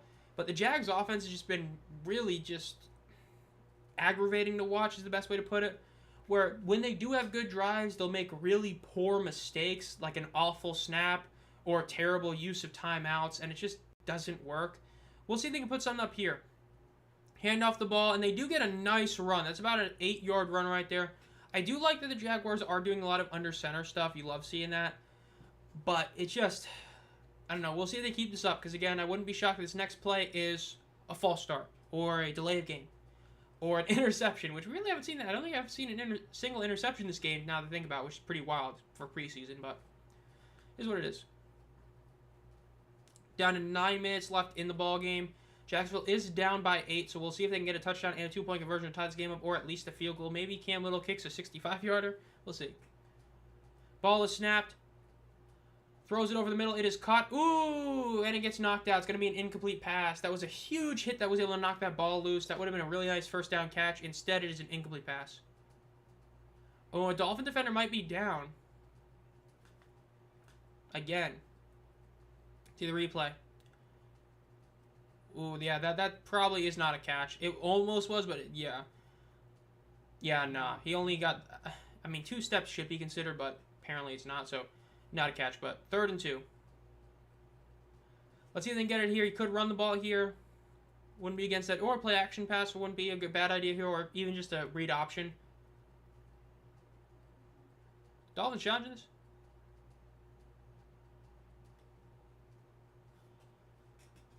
I would assume, I mean, if they're doing a timeout, they're surely challenging this, right?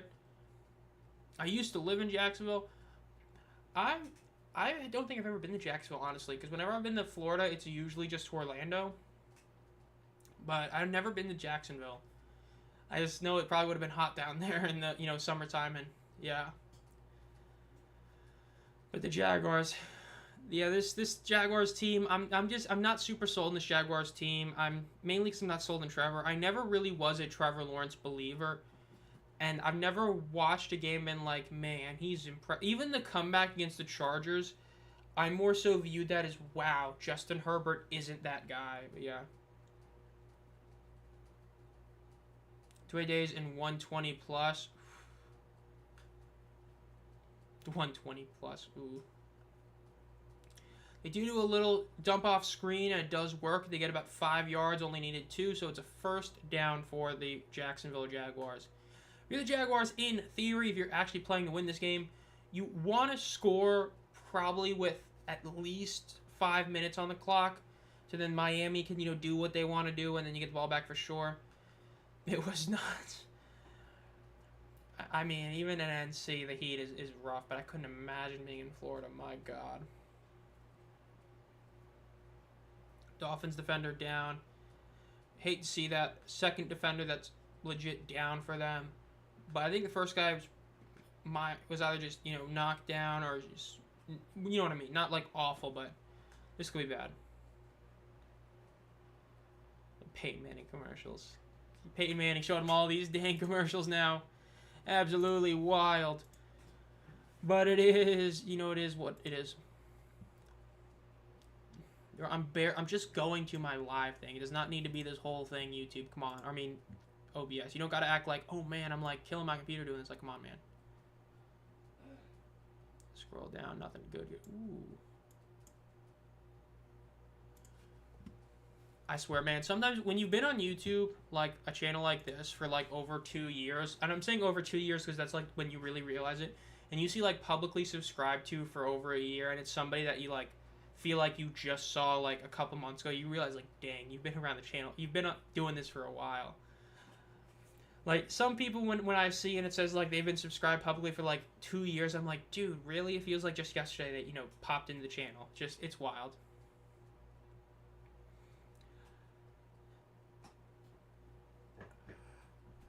Larry Tunsil. Kind of forgot he was still over. Forgot he was even on the commies. Kyron Williams. Christian Gonzalez. Just looking at the top 100 that's showing on the bottom right now. Jerry Judy, 81st. I don't know about that. Trent McDuffie. Taylor Swift in the tight end U commercial. It's insane. Greg Olsen. Still can't believe we got screwed over for Tom Brady in the broadcast booth. So sad. Still a commercial break for the injury, so we can pull up the NASCAR and see what's going on. So McDowell is leading. Shit, SVG is second. Come on, SVG winning would be so funny. If he wins, it's going to piss off so many people. Like, so many people are so upset, like, oh, he doesn't deserve a playoff spot because points-wise, he's not doing good. He's only a road course driver. If he ends up getting, like, first, that would be hilarious. He's in the blue tent. Said that he was emotional. It's not what you want to see for a defender right there. Especially in the preseason, because, you know, it's about trying to make the active roster, and you really hate seeing somebody, especially with how he's acting. It's like when you see this, it makes it look like he thinks that he's going to be out for a while, which at this point is really the worst time to get hurt. So prayers for him. 1st and 10 for the Jaguars. 8 minutes, 20 seconds left. They hand the ball off. It's going to be... He breaks away from the tackle, so instead of only gaining 1 yard, he ends up gaining about 4.5 yards. Solid play for the Jaguars. This is looking like a decent start to this drive, but again, we've seen starts like this for the Jaguars before in this game. They got to keep it up. So, though, they got to score before 5 minutes left. You want to be able to score and then make it to where Miami cannot fully run out the clock, barring you just absolutely blow it on defense. So then you're able to get the ball back, and at worst, you're down a touchdown, but hopefully you're only down like a field goal or, 5 points, but which is still a touchdown, but it's different than being tied, you know what I mean? But we'll see. In shotgun, 2 receivers to the right, 1 to the left, ball is snapped, looks to the right, he throws the dump off to the running back who catches it for about a 2.5, might give him 3 yards, but at least a 2-yard gain. You're going to make this 3rd and short. At this point, you are in 4-down territory, especially being in 3rd and short. Unless you get sacked here, you're going to go for it in 4th down. I would not be against running the ball here and doing potentially back-to-back running plays, knowing that you're going to go for it in 4th down. I think that is definitely an option to do if you really want to get this 1st down, but we'll see. Looks like they're going to line up under center. Yep, Hennigan is under center. Running back is behind him. Couple receivers to his right. Couple to his left.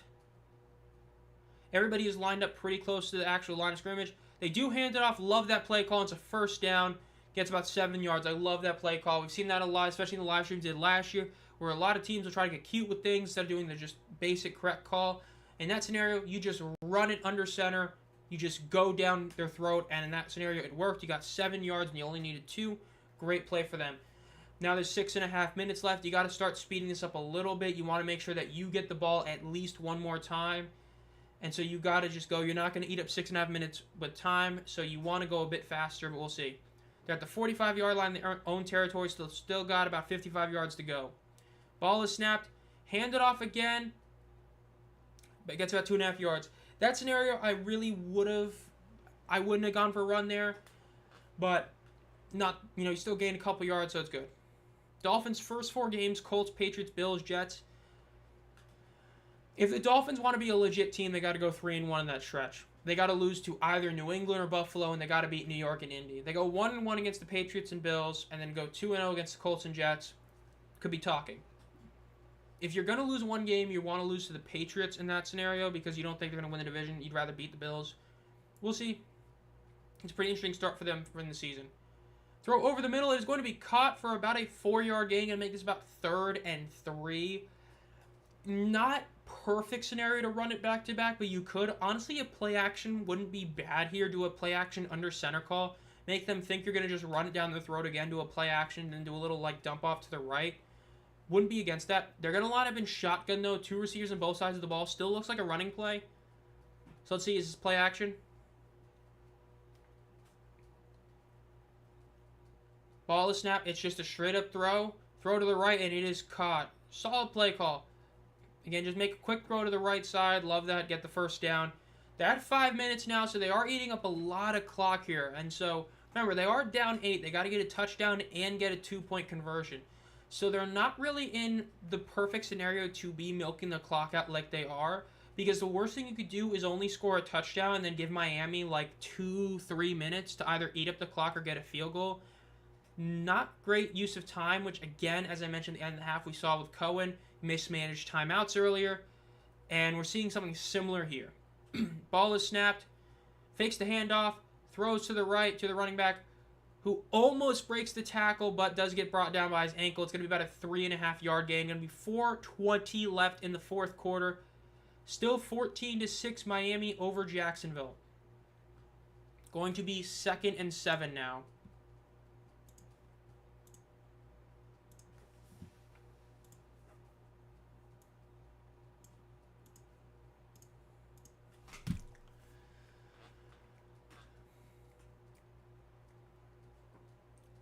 Under center, they hand the ball off, and it's going to be a run to the left, and he gets the first down just barely. Again, this is a really solid drive. The issue is this is a drive you want in the first quarter or the third quarter, not the fourth quarter when you're losing. You know what I mean? But yeah. Dolphins O-line.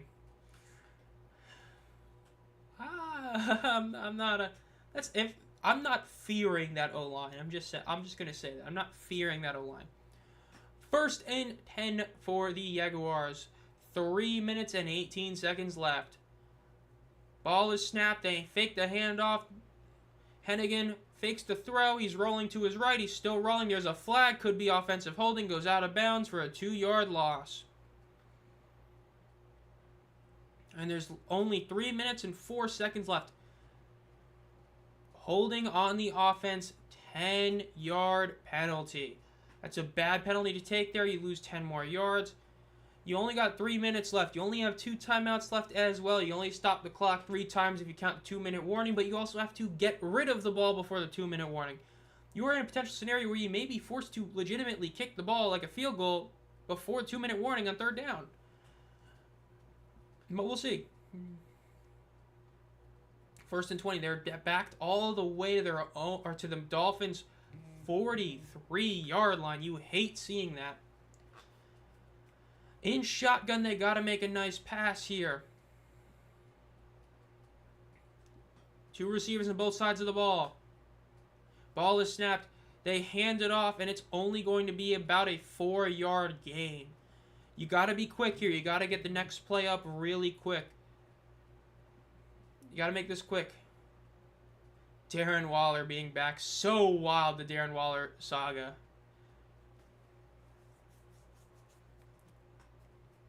Will be very interesting to see what he does for the Dolphins this upcoming season. And they do a little dump-off pass. They end up getting about, like, 10 yards. Maybe they give him 11 yards. Going to be a very short 2nd down here. Or, 2nd down. Or 3rd down, yeah. I don't know what... Scorebook was bugging, I was bugging. But it's going to be a short 3rd down. But again, you got to go quick. You got to do a play before a 2-minute warning. You got to try and go out of bounds. You got to do something because this is not where you want to be. I mean, unless you're trying to, just force a tie, which would be a really poor decision, but we'll see. Ball is snapped. Looks to the left, throws, and it is intercepted by the Dolphins. Gets to the 20, the 25, the 30, 35, the 40. The 50, the 45, the 40, gets tackled, and he's down at about the 32-yard line. We finally saw the errant pass from a quarterback that gets intercepted. First interception of the game for either team, and that is essentially ball game. The Dolphins are already in essentially field goal range. Yes, they have the issue with the punter kicking, but they're already in borderline field goal range. There's less than 2 minutes warning because you'll make it, so now they're going to force a 2-minute warning, and the Jags only have 2 timeouts. This looks to be ball game right here. Looks like 14-6 is probably going to be the final score. Again, if you're trying to win in the Jaguars, you do one play, and if you stop them immediately, you say, let's keep going, and if you don't, you got to try and let them score somehow. Because you're at a point where if they get a first down, it's over. I mean, this is really wild for the Jaguars. That was a terrible place to throw the interception there. Again, like I was saying earlier, the entire day for the Jaguars has been incredible or solid drives, and then just a key mistake. A key mistake on a holding call, an awful, pre-snap penalty, terrible timeout uses by Cohen in the first half, or an awful interception. That was a great drive. Was going too slow, but still a great drive, and in the end, it didn't matter. Rough. Showing Bryce Young in a highlight reel kind of clip. I don't know about that.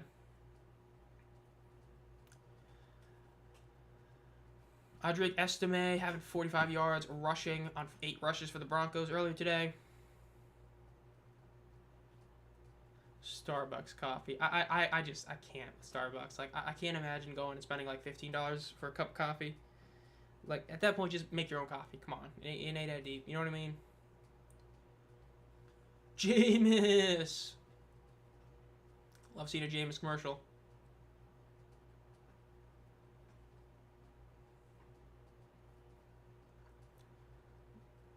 I really am looking forward to this college football season. I mean, I know week 0 started today, but week 1 obviously is next week. It's going to be very interesting to see what ends up happening.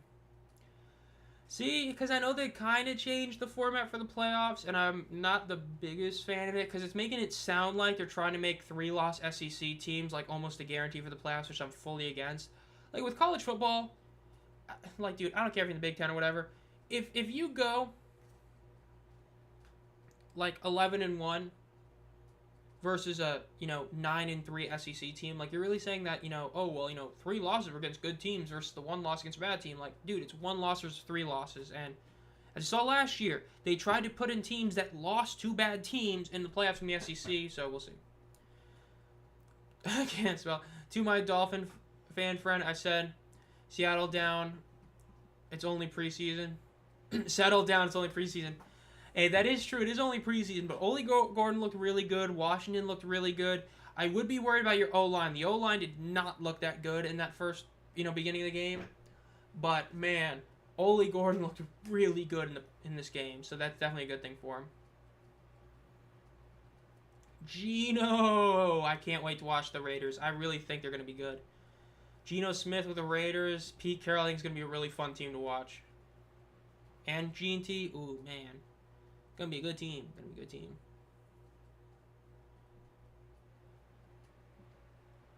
But we got to finish this game. Dolphins are going to win, barring a really pathetic, bad loss. Let's see what they do. 1 minute, 52 seconds left. Jacksonville has 2 timeouts.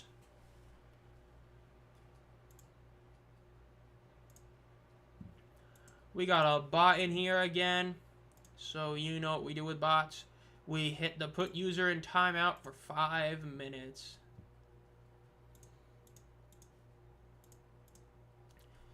Dolphins call a time. The Jaguars call a timeout here. It is the correct call. Got to stop that clock after getting a decent first down stoppage there. But now, again, you have to get another one because if it's a first down, it's game over. So we'll see if the Dolphins can pull this off.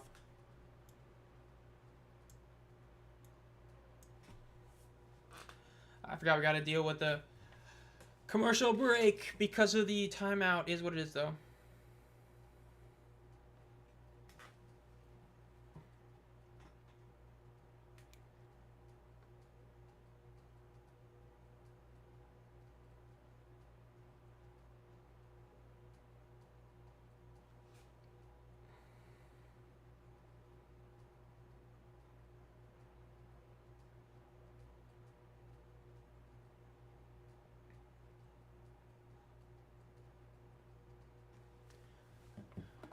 The Dolphins, man, the preseason. I really hope we see some UFL guys make the active roster. We'll see, though. You never know. Maybe we get another couple kickers. Maybe we get 2 kickers to make it. That'd be really cool to see. We'll see. Maybe Larson can pull off the W for the NASCAR event. Maybe Scotty or Robbie can get the W for the event tomorrow, the FedEx Cup. But we'll see. Byron is currently leading. They're about halfway done. Elliott's in second. Larson in fourth. Whereas guys got they got DNF. That's insane. Good old Larson causing a huge crash.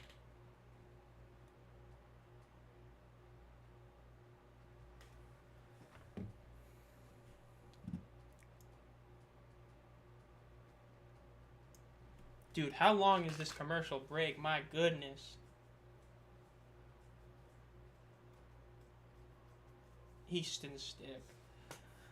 I remember Easton Stick being a thing on the Chargers. That's not a good thing. Easton Stick was a wild one.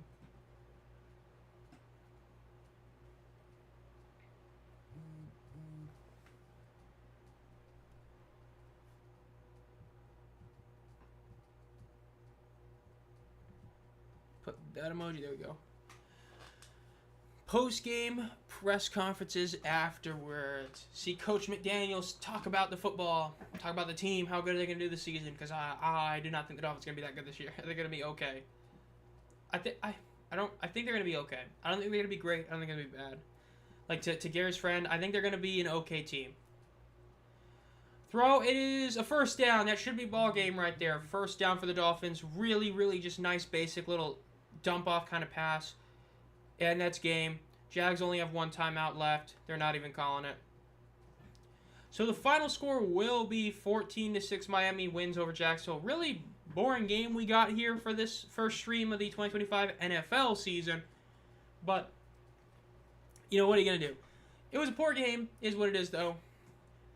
Again, Ole Gordon looked really good. Washington looked really good. The Jaguars' offense and coaching staff honestly did not look good today. So Jaguars definitely did not have a good preseason day really whatsoever, whereas the Dolphins did. They're going to throw it here, and it's going to be caught. And he gets the first down, just padding their stats. They might go for a touchdown. We might get a final score of 20 or 20-something to 6. Under a minute left now. 7th round pick for Quinn Ewers. Wow. Gunnar Olszewski ended up having 3 receptions for 68 yards on the G-Men.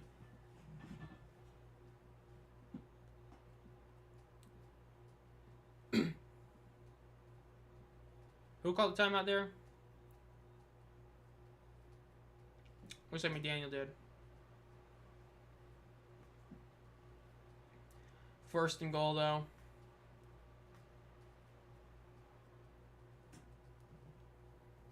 What a game. Quinn Ewers. Dolphins getting the W. This was definitely one of the football games of all time. We'll say the Dolphins do. I mean, the Dolphins, it all comes down to his health and how they play in cold weather games. That's how it's been year in and year out. Defense health as well to an extent. But it's like every year they play the Bills, they need to go 2-0 against them, and they never do. And they end up, missing that they're missing that home field advantage. They get stuck playing on the road in a cold weather stadium. Because when two of the best teams in the AFC are the Chiefs and the Bills, and then the team that somehow wins their division usually is like the Steelers, you're playing in these cold games come December or come January, and it's just rough for the Dolphins. Ball is snapped. Quick little dump off to the left. Makes a move. Gets about 3 yards on the play. And looks like that's going to be the end of the game. Dolphins will win 14-6. Yep. So let's pull up this box score right over here. So in terms of the final box score, well, they won't go 2-0 against the Bills this year. Once again, more like 0-2. Honestly, true. That's probably what's going to happen. Like, in terms of the overall game, though, really good. Ole Gordon looked so good. Both Washingtons looked really good. Both Malik and Taj looked really good in this game. Yikes overall. I mean, honestly, like, technically, Jaquinden ended up having a solid stat. I mean, minus the 10 yards. That's 7 carries for 37 yards. It's a damn good stat line. But overall, the Jags just did not look good as a team. Keni-H Lovely led the team, was tied for the lead in solo tackles.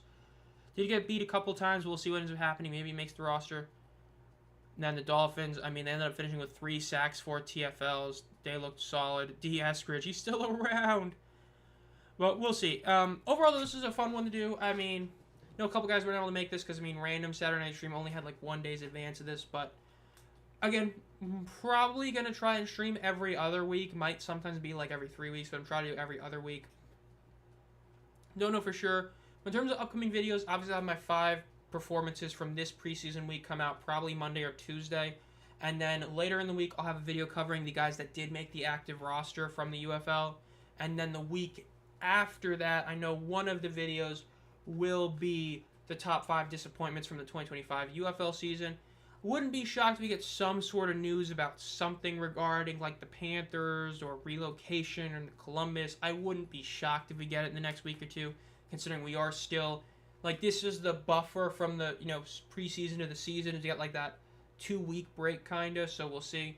Overall, if you enjoyed this, make sure to like this video or like the stream and subscribe to the channel if you haven't already. Think about becoming a community member, and as always, guys,